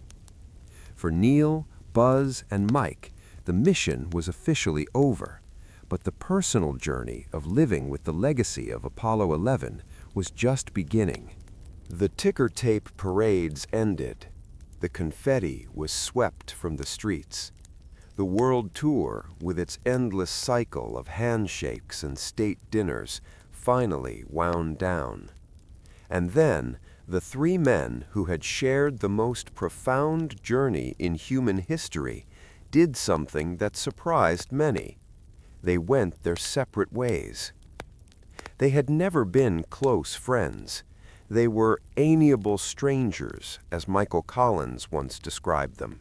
Three highly competent professionals who respected each other immensely, but didn't spend their weekends barbecuing together. Once the mission debriefings were over and the quarantine was lifted, the glue of the mission dissolved. They were no longer the crew of Apollo 11. They were Neil, Buzz, and Mike, three individuals trying to navigate the rest of their lives. Neil Armstrong, the commander, the first man, was the one the world wanted most. He was the icon. But Armstrong was an engineer at heart, a man who valued precision and privacy above all else. He found the celebrity suffocating. He didn't want to be a living statue. He wanted to solve problems. In 1971, Armstrong resigned from NASA. He turned down lucrative offers from corporations to sit on boards or endorse products. Instead, he did something unexpected. He accepted a teaching position at the University of Cincinnati. He became Professor Armstrong, teaching aerospace engineering. His students were often awestruck at first, but Armstrong quickly disarmed them. He was a strict, demanding teacher who refused to talk about the moon in class. If a student asked about walking on the lunar surface, he would politely but firmly steer the conversation back to fluid dynamics or stress analysis. He bought a farm in Ohio, grew corn, and raised cattle. He stopped signing autographs when he found out people were selling them for thousands of dollars. He became the reluctant hero, a man who had touched the stars but just wanted to keep his feet on the ground. Buzz Aldrin had a much harder time. For Aldrin, the moon landing was the peak of a life spent achieving. He was an academic overachiever, a West Point graduate, a fighter pilot, and a brilliant orbital mechanic. But after the splashdown, he felt a profound emptiness. He called it the melancholy of all things done. He left NASA to return to the Air Force as a commander of a test pilot school, but his heart wasn't in it. Without the intense structure of a mission, without the next goal to chase, he unraveled. He struggled with depression and alcoholism. His marriage fell apart. He found himself selling cars at a dealership in Beverly Hills just to keep busy, a job he was terrible at. It was a dark period, a stark reminder that going to the moon didn't fix the problems of being human. In some ways, it magnified them. But Aldrin was a fighter. He eventually sought help, got sober, and reinvented himself. He became a tireless advocate for space exploration, writing books and passionately arguing that humanity's future lay not just on the moon, but on Mars. He became the public face of space, the one who would wear a "Get Your Ass to Mars" t-shirt and talk to anyone who would listen about the future. Michael Collins, the man who stayed behind in orbit, seemed to handle the transition the best. He was the most relaxed of the three, a man with a poet's soul and a diplomat's grace. He left NASA in 1970 to become the Assistant Secretary of State for Public Affairs, a job he performed well during the turbulent Vietnam War era. But his true legacy on Earth was built in concrete and glass. In 1971, he became the director of the National Air and Space Museum in Washington, D.C. The museum was a mess when he took over, underfunded and disorganized. Collins oversaw its construction and opening in 1976. It became the most visited museum in the world. He wrote a memoir, Carrying the Fire, which is widely considered the best book ever written by an astronaut. It was honest, funny, and deeply personal. Collins seemed to have made peace with his role as the third man, finding satisfaction in a life well lived on Earth. While the astronauts drifted apart, the Apollo program itself began to fade. Apollo 12 returned to the moon in November 1969, proving that the first landing wasn't a fluke. They landed with pinpoint accuracy, walking distance from an old surveyor probe. It was a perfect mission. Then came Apollo 13 in April 1970. Houston, we've had a problem. An oxygen tank exploded, crippling the spacecraft halfway to the moon. For 4 days, the world held its breath again, not for a triumph, but for a rescue. The crew used the lunar module as a lifeboat, barely surviving the freezing cold and carbon dioxide buildup to splash down safely. It was NASA's successful failure, a reminder that space was still deadly. Apollo 12, 15, 16, and 17 followed. They were spectacular missions. They brought cars, lunar rovers, to the moon, allowing astronauts to drive for miles. They explored mountains and valleys. They found orange soil and 4-billion-year-old rocks. They stayed for days, not hours. But the public's interest was waning. The war in Vietnam was raging. The civil rights movement was reshaping America. Inflation was rising. People began to ask, why are we spending billions on space when we have problems here on Earth? The planned missions of Apollo 18, 19, and 20 were canceled. The mighty Saturn V rockets, built to take humans to the planets, were laid on their sides and turned into lawn ornaments at space centers. The launch pads at Cape Canaveral began to rust in the salty Florida air. On December 14, 1972, Gene Cernan, the commander of Apollo 17, became the last man to walk on the moon. As he prepared to climb the ladder of the lunar module Challenger to leave, he carved his daughter's initials, TDC, into the dust. We leave as we came, and God willing, as we shall return, with peace and hope for all mankind, Cernan said. He climbed inside, the hatch closed, and then silence returned to the moon. The footprints remained, the flags, bleached white by the harsh ultraviolet radiation of the sun, still stood. The descent stages of the lunar modules sat like golden monuments in the regolith. The laser reflectors waited for beams of light from Earth. But the humans were gone. The Apollo era was over.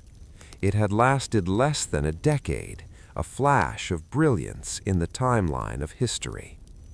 For a brief moment, humanity had reached out and touched another world. We had left our cradle. We had proven that we were not bound by gravity. But as the 1970s wore on, the moon became a memory. It hung in the sky, night after night, unchanged. Children born after 1972 grew up in a world where moonwalks were history, not news. They saw the grainy black and white footage of Armstrong and Aldrin, not as a live event, but as a documentary. The question shifted from when will we go back to did we really go? Conspiracy theories began to sprout in the darker corners of culture, fueled by distrust of government. But for those who were there, for the 400,000 who built the machines, and for the 12 men who walked on the surface, the truth was undeniable. They had the rocks, they had the photos, they had the memories of the silence, the dust, and the blue earth rising over the horizon. As the 20th century turned into the 21st, the Apollo astronauts began to age. Their hair turned white. They walked a little slower. They attended anniversaries, the 20th, the 30th, the 40th. They told their stories again and again, trying to convey the magnitude of what they had seen. But they knew that they were the last of a unique breed. They were the Columbuses and Magellans of the stars. And as they looked up at the moon in their old age, they must have felt a strange mixture of pride and longing. It was right there, so close, yet so far away. When the Saturn V rockets stopped flying and the launch pads of Cape Canaveral began to rust in the salt spray of the Atlantic, many people assumed the Apollo program had simply ended. The fires were out, the astronauts were retired, the moon rocks were locked away in vaults. To the casual observer, it seemed like an expensive fireworks display that had served its political purpose and then vanished. But they were wrong. Apollo didn't end. It dissolved into the fabric of everyday life. The technology created to send 3 men to the moon didn't stay in space. It came back to Earth, silently and invisibly, and it changed everything. The most profound legacy of Apollo wasn't the rocks, it was the chip. In the early 1960s, computers were behemoths. They were the size of rooms, filled with thousands of glowing vacuum tubes, generating enough heat to warm a house. They were fragile, temperamental, and consumed electricity like a small city. But you couldn't put a room-sized computer on a spaceship. Every ounce mattered. Every inch of space was precious. NASA needed a computer that was small, rugged, and incredibly fast, capable of calculating orbital mechanics in real time while being shaken by a rocket engine. They turned to the engineers at MIT's Instrumentation Laboratory. These engineers took a gamble on a brand new, unproven technology called the integrated circuit. Instead of wiring together individual transistors, they etched microscopic circuits onto tiny slivers of silicon. It was a radical idea. At the time, the entire production of the U.S. integrated circuit industry was bought by two customers, the Minuteman missile program and NASA. The result was the Apollo Guidance Computer, AGC. It was a distinct, brass-colored box about the size of a briefcase. It had only 72 kilobytes of memory, less than a modern email signature. But it was the grandfather of the digital age. It proved that computers could be small, reliable, and powerful. The demand created by Apollo drove down the price of microchips from $1,000 apiece to just a few dollars, paving the way for the personal computer revolution of the 1970s and 80s. Without the desperate need to navigate to the moon, Silicon Valley might have arrived decades later. The legacy didn't stop at gadgets. The challenges of space were so extreme that they forced engineers to reinvent the basics of living. How do you drill for samples on the moon without plugging into a wall socket? You invent efficient battery-powered motors. Black & Decker worked with NASA to develop a cordless rotary hammer drill for the Apollo astronauts. The technology used to maximize power in a small battery later found its way into the dustbuster and every cordless power tool in your garage today. How do you keep astronauts safe in a pure oxygen environment? After the tragic Apollo 1 fire that killed Grissom, White, and Chaffee, NASA developed new fire-resistant fabrics using beta silica fibers. This technology was later adapted for firefighter suits, protecting the lives of first responders all over the world. How do you purify water on a long journey? NASA developed a lightweight device that used silver ions to kill bacteria in the spacecraft's water supply. This technology is now used in water purification systems for swimming pools and, more importantly, in disaster relief efforts to provide clean drinking water to remote villages. Even the shoes we wear changed. The moon boots worn by Armstrong and Aldrin required a special shock-absorbing midsole to handle the stress of walking in strange gravity.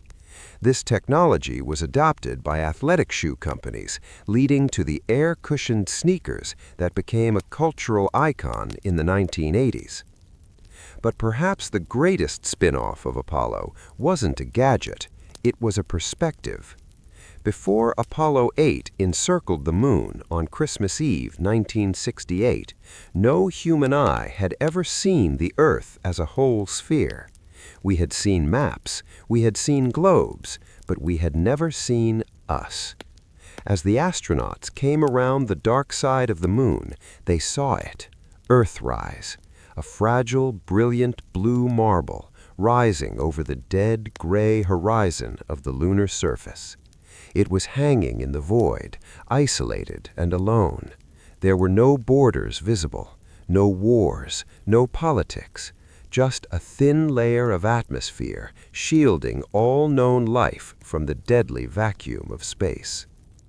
We came all this way to explore the moon, and the most important thing is that we discovered the Earth. Bill Anders, the Apollo 8 astronaut who took the famous photo, said, "That single image is credited with launching the modern environmental movement. It appeared on magazine covers, posters, and T-shirts. It gave humanity a mirror. Suddenly, the Earth wasn't an infinite resource to be exploited. It was a spaceship itself, Spaceship Earth, with a limited life support system that needed to be protected." The first Earth Day was celebrated in 1970, just 9 months after the moon landing. It wasn't a coincidence. Yet, despite these triumphs, a sense of melancholy settled over the space program as the 1970s progressed. The giant leap turned out to be a singular event rather than the start of a Star Trek-like expansion. Many people had assumed that after the Moon we would go to Mars by 1980 and Saturn by 1990. They envisioned moon bases, orbital hotels, and colonies. But politics and economics intervened. The Vietnam War had drained the U.S. budget. The Cold War thawed slightly. The urgency was gone. NASA shifted its focus from exploration to transportation. The Saturn V, a machine designed to leave Earth forever, was replaced by the Space Shuttle, a winged truck designed to go to low Earth orbit and come back. The shuttle was a marvel of engineering, a reusable spaceplane that built the International Space Station and launched the Hubble telescope. But it was tethered to Earth. It never went more than a few hundred miles up. For 40 years, humanity stayed in the shallow end of the cosmic pool. We circled the Earth, doing science, fixing satellites, and learning to live in zero gravity for long periods. But the Moon remained empty. The footprints at Tranquility Base sat undisturbed, waiting for a return that never came. A generation grew up, Generation X and Millennials, who had never seen a human leave Earth's orbit. To them, the moon landing was a story their parents told, a grainy black and white myth like World War II or the sinking of the Titanic. It became history, not destiny. But history has a way of circling back. As the 21st century dawned, the itch to explore returned. It wasn't just governments anymore. A new breed of pioneers emerged, billionaires who had made their fortunes on the very microchips that Apollo had helped spawn. They looked up at the moon and saw not just a political prize, but a destination. They saw a testing ground. The technology had caught up with the dream. Materials were lighter. Computers were millions of times faster. Artificial intelligence could now land rockets autonomously. The cost of escaping gravity was falling. The dormant legacy of Apollo began to stir. The orphan technology that had been quietly powering our smartphones and MRI machines was being repurposed for its original goal, to take us back. And so, as the 50th anniversary of Apollo 11 approached in 1919, the world began to look up again. The question changed from why did we stop to when are we going back? The answer was soon. But this time, it wouldn't be a race between two superpowers. It would be a collaboration of nations and private companies. It wouldn't be for a flag and footprints. It would be to stay. The Apollo 11 mission had been the opening paragraph of a book that humanity had been too afraid to continue reading. But now, after a long pause, we were ready to turn the page. Time on Earth is relentless. It erodes mountains, shifts rivers, and fades memories. But on the moon, time stands still. At Tranquility Base, the scene remains exactly as Neil Armstrong and Buzz Aldrin left it on that July afternoon in 1969. The descent stage of the lunar module Eagle, a gold foil-wrapped octagon, sits silently on the gray plain. The American flag, now bleached completely white by decades of harsh ultraviolet radiation, still stands, though perhaps it has fallen over from the blast of the ascent engine. The footprints, the famous ribbed boot prints, are as crisp and deep as the moment they were pressed into the dust. There is no wind to blow them away, no rain to wash them out. They are, in a very real sense, eternal. They will outlast the pyramids of Egypt. They will likely outlast the United States itself. They are a monument to a moment when humanity reached up and touched the sky. But the men who made those footprints were not eternal. On August 25, 2012, Neil Armstrong, the reluctant hero, passed away at the age of 82. He had lived a quiet life after Apollo, refusing to capitalize on his fame, teaching students, farming his land, and flying gliders. He never gave the media the sound bites they craved. He knew that the achievement belonged to the 400,000 people who built the rockets, not just the man who took the step. When he died, his family released a simple statement that perfectly captured his spirit. For those who may ask what they can do to honor Neil, we have a simple request. Honor his example of service, accomplishment, and modesty. And the next time you walk outside on a clear night and see the moon smiling down at you, think of Neil Armstrong and give him a wink. That night, millions of people stepped onto their porches, looked up at the waxing gibbous moon, and winked. It was a silent, global salute to the man who had shown us what was possible. 9 years later, on April 28, 2021, Michael Collins, the pilot who had orbited alone in the darkness while his friends walked in the light, joined him. He was 90 years old. Collins had spent his later years writing, painting, and fishing.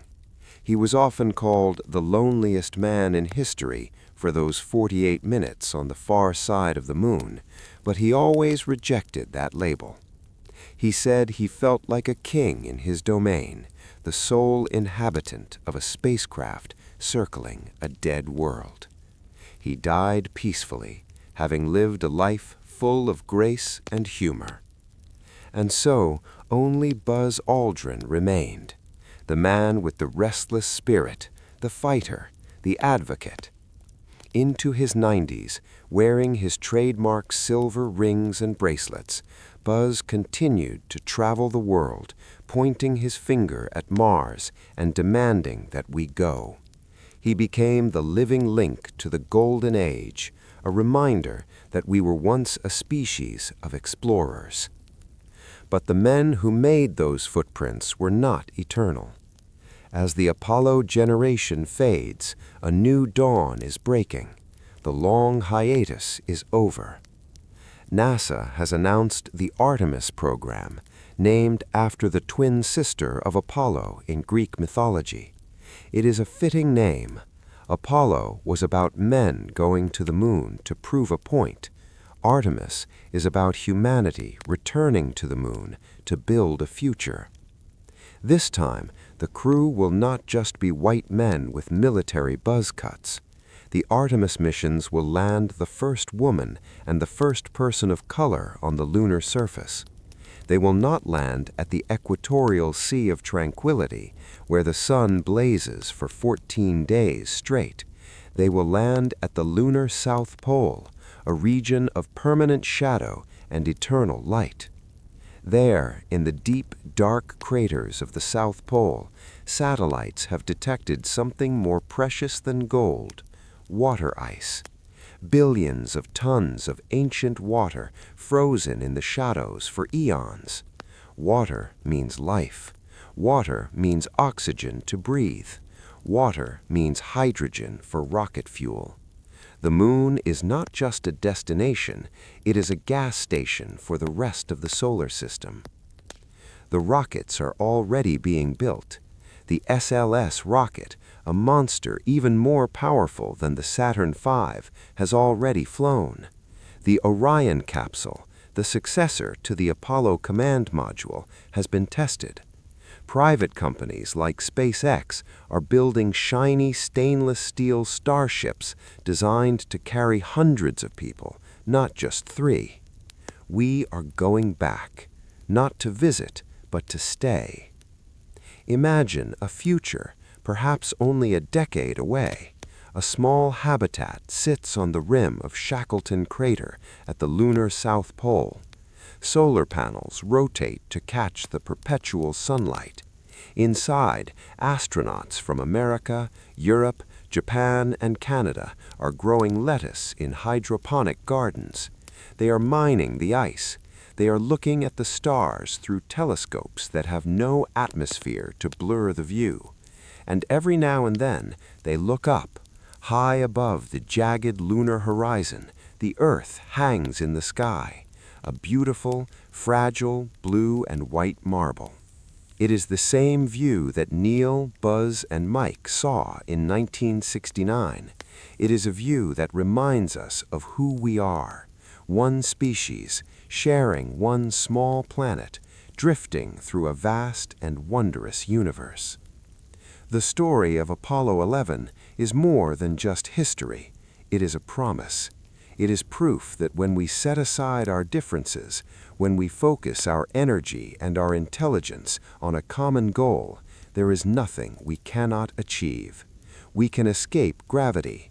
We can walk on other worlds. We can come home safely. As you drift off to sleep tonight, picture the moon. It is not just a cold rock in the sky. It is a waiting room.